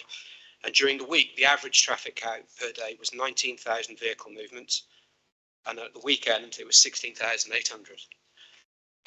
The answer, so in the answer given in the first question, it said within a year of the North West Relief Road being built, 53% of the traffic would be removed from town. So a little bit of maths takes me to say that 10,000 vehicle movements during a weekday will be removed from Smithfield Road, and 9,000 vehicle movements will be removed at a weekend. If you then extrapolate that out and look at it from a yearly point of view, and work out there are 260 weekdays in a year, and then the balance in weekends, that makes 3.5 million vehicle movements removed from Smithfield Road. Thank you. 3.5 million. So can we just let that sink in? This supports the movement strategy that's currently going through Shrewsbury, the big town plan, and those members who seek to argue against the North West Relief Road need to answer the question, where will this traffic go? If we're looking to take traffic out of Shrewsbury, where will this 3.5 million vehicle movements a year go? Thank you. Thank you. If we could stick to answering just the question, that would be good. We'll get us through the meeting. Councillor Dean, do you have a supplementary question? Thank you very much. Yes, thank you for your answer, Councillor Nellins. It's good to see that there has been some progress in insulation on the properties. My question is around what's happened to the most recent opportunities to bid for social housing decarbonisation fund. As I understand it, we didn't actually bid the last time round. And secondly, can we commit to establishing a retrofit task force, as other councils have done, with our partners in the other registered providers, to see if we can really find ways to leverage some movement on insulation of people's homes across the county? Thank you. Thanks, Julian. First part of that question, I'll get a written response from officers to that for you. Thank you very much. And the second one, yeah, I agree that that is something that we should be looking at. So I'll follow up on that. Thank you. Councillor Ruth Houghton, do you have a supplementary question? Yes, thank you, Chair. And thank you to the portfolio holder for a comprehensive response to the question. But with regard to the business continuity plans mentioned in the response, could she please confirm that ceasing services is not a default position should business community plans fail, which seems to have been the case with a local NHS provider by temporarily closing a hospital due to no staffing? Thank you. I'm very sorry, I missed that middle bit of your supplementary. Could you possibly just repeat it for me? Could you confirm that ceasing services is not a default position should business continuity plans fail, given that this has been an example of a local NHS provider in our local hospital, which was temporarily closed due to no staffing? I think I can absolutely confirm that. Thank you. Thank you. Councillor Parry, you have a supplementary question. I do. Yes, thank you. I'd like to thank Councillor Nellins for his reply. The property owners are telling the people that go there in the Airbnbs or ordinary bed and breakfast to take their rubbish with them. Now, if I was on holiday, I would not want to take my rubbish with me. So this is the problem that we have at the moment, that I'm being told by the gentleman that collects the rubbish, and we have been through some of this rubbish and collected some names of the people that have stayed there. You know, we're hoping it's going to match up. But I'm being told that the people are then putting the rubbish, the big bags, into the ordinary waste disposal, which are in the streets and also in parks and car parks. Now, when he gets back to the depot manager says to him, "You have not to fetch that back here, we're not having it." So he said, "Well, what do you want me to do with it?" He said, "You need to dump it on the ground next to where the bins are."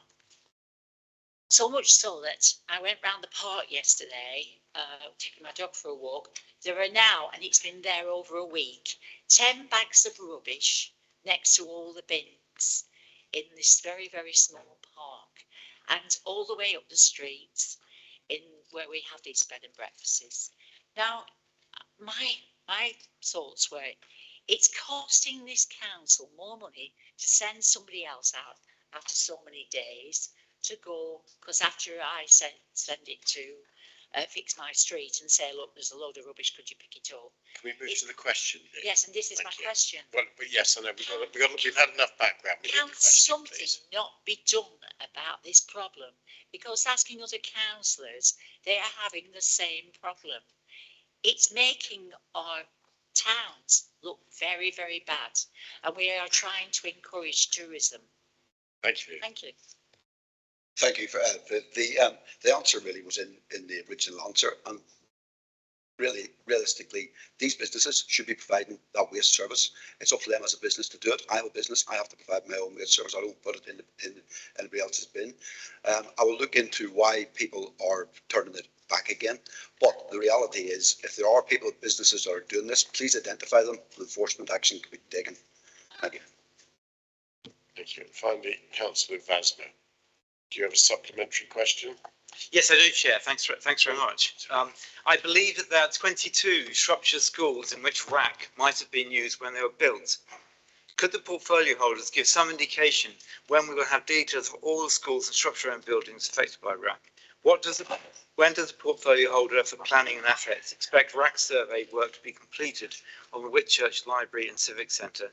And can the portfolio holder for planning and assets reassure councillors that any safety work required on the Whitchurch Library and Civic Centre will be implemented with more urgency than was done in Shrewsbury's Quarry Pool? Portfolio holder, I will come back to you, Councillor Bentinck, in a minute. Sorry, I've bounced over you there. Thank you, Chair. Okay, firstly, as I said earlier, I will reiterate that as of now, no RAC has been found in any Shropshire schools. We are continuing with further and deeper investigations in some locations, but we currently don't have any evidence of RAC present, but we're doing due diligence and being very cautious and careful. It will be concluded as soon as we can be safely assured that the RAC isn't present. In terms of Whitchurch Civic Centre, we will take whatever measures are necessary to protect the public of Whitchurch and people using and accessing services in Whitchurch. What those steps will be yet is far too early to tell, because there is still investigative works being done at the Civic Centre to determine the precise extent of the RAC and condition of it. That, as I said in response to, or in the amendment to the motion that we all agreed earlier, that will all become a matter of public record as soon as we have the information we need and know how we can proceed. In terms of the third point to your supplementary question, I failed to see a link between RAC and the quarry pool in Shrewsbury. There, as I've said, the only building that we have found RAC in so far in the Shropshire Council estate is Whitchurch Civic Centre. Investigations continue with a range of other buildings. We don't have any evidence to say that it's present in any of those buildings yet, so I failed to see the relevance of raising Shrewsbury Quarry swimming pool. Thank you. Thank you, and apologies again, Councillor Bentinck, coming back to you. Do you have a supplementary question? Thank you, Mr. Chairman. Yes, I do. My question is regarding the adoption of developments within Shropshire. Firstly, how does the planning department decide that a development is ready for adoption? And what is the time standard for adoption after the development is ready for this? Secondly, how many and which specific developments are outstanding? And what steps are being taken to clear this backlog? And thirdly, how does the planning department assess whether Section 106 agreements have been delivered? How many and which specific agreements have not been delivered? And what enforcement action has been taken? Thank you. Portfolio holder. Councillor Chris Goper is not able to be here today. Councillor Bentinck, could I ask that you put those questions in writing to him? Sorry, I can't even see where you are. Right. Can you put those questions in writing to him, and he'll get them answered ASAP? He is aware that you will have a supplementary. Councillor Picton, these questions were asked some time ago, and the answers to them are not in the response. And so my supplementary questions were, what needs to happen before this straightforward question is answered with the specific requests, the specific facts requested, and in particular, have all the Section 106 agreements been implemented for the Sweet Lake Meadow development in Meal Ward? And Councillor Bentinck, can I stop you there? I did give you the chance to ask your supplementary questions, which you did. I think, Mr. Chairman, I asked the original question. Sorry, I misunderstood that. Oh, right. Okay. That's probably where the confusion's been thrown there. But even with the supplementary question, because the portfolio holder is not here, you will not get a reply. Now, I would ask, and if you want to read them out, that's fine. But if you're going to email the portfolio holder with your questions, perhaps shove them onto the whole group, all of councillors, and then we shall get the reply to those questions. Mr. Chairman, they're very brief. I've already asked the first supplementary question. But I will say next time, please remember that what I asked for was a supplementary question, not a rejig of what you'd asked originally. Okay, it was for a supplementary question only. So I will give you the opportunity to ask your supplementary question. Thank you. Please make it succinct. Thank you. So the first part was with relation to the Sweet Lake Meadow development in Meal Ward, and when will the development be adopted? And secondly, on behalf of a resident who has contacted me, what actions are being taken to ensure Section 106 agreements are or have been implemented for the Sutton developments that have been completed? Thank you. Thank you very much. Okay. And if you could email those to the portfolio holder, and I'm sure we would all value a response to those supplementary questions. Thank you very much. Item 17 is now the exclusion of the public and press. I move that in accordance with the provisions of Schedule 12A of the 1972 Local Government Act, paragraph 10.43 of the Council's Access to Information Procedure Rules, the public and press be excluded for the consideration of the remaining business. I'm here to second that. Thank you. And we will just wait now till it's confirmed that live streaming has stopped.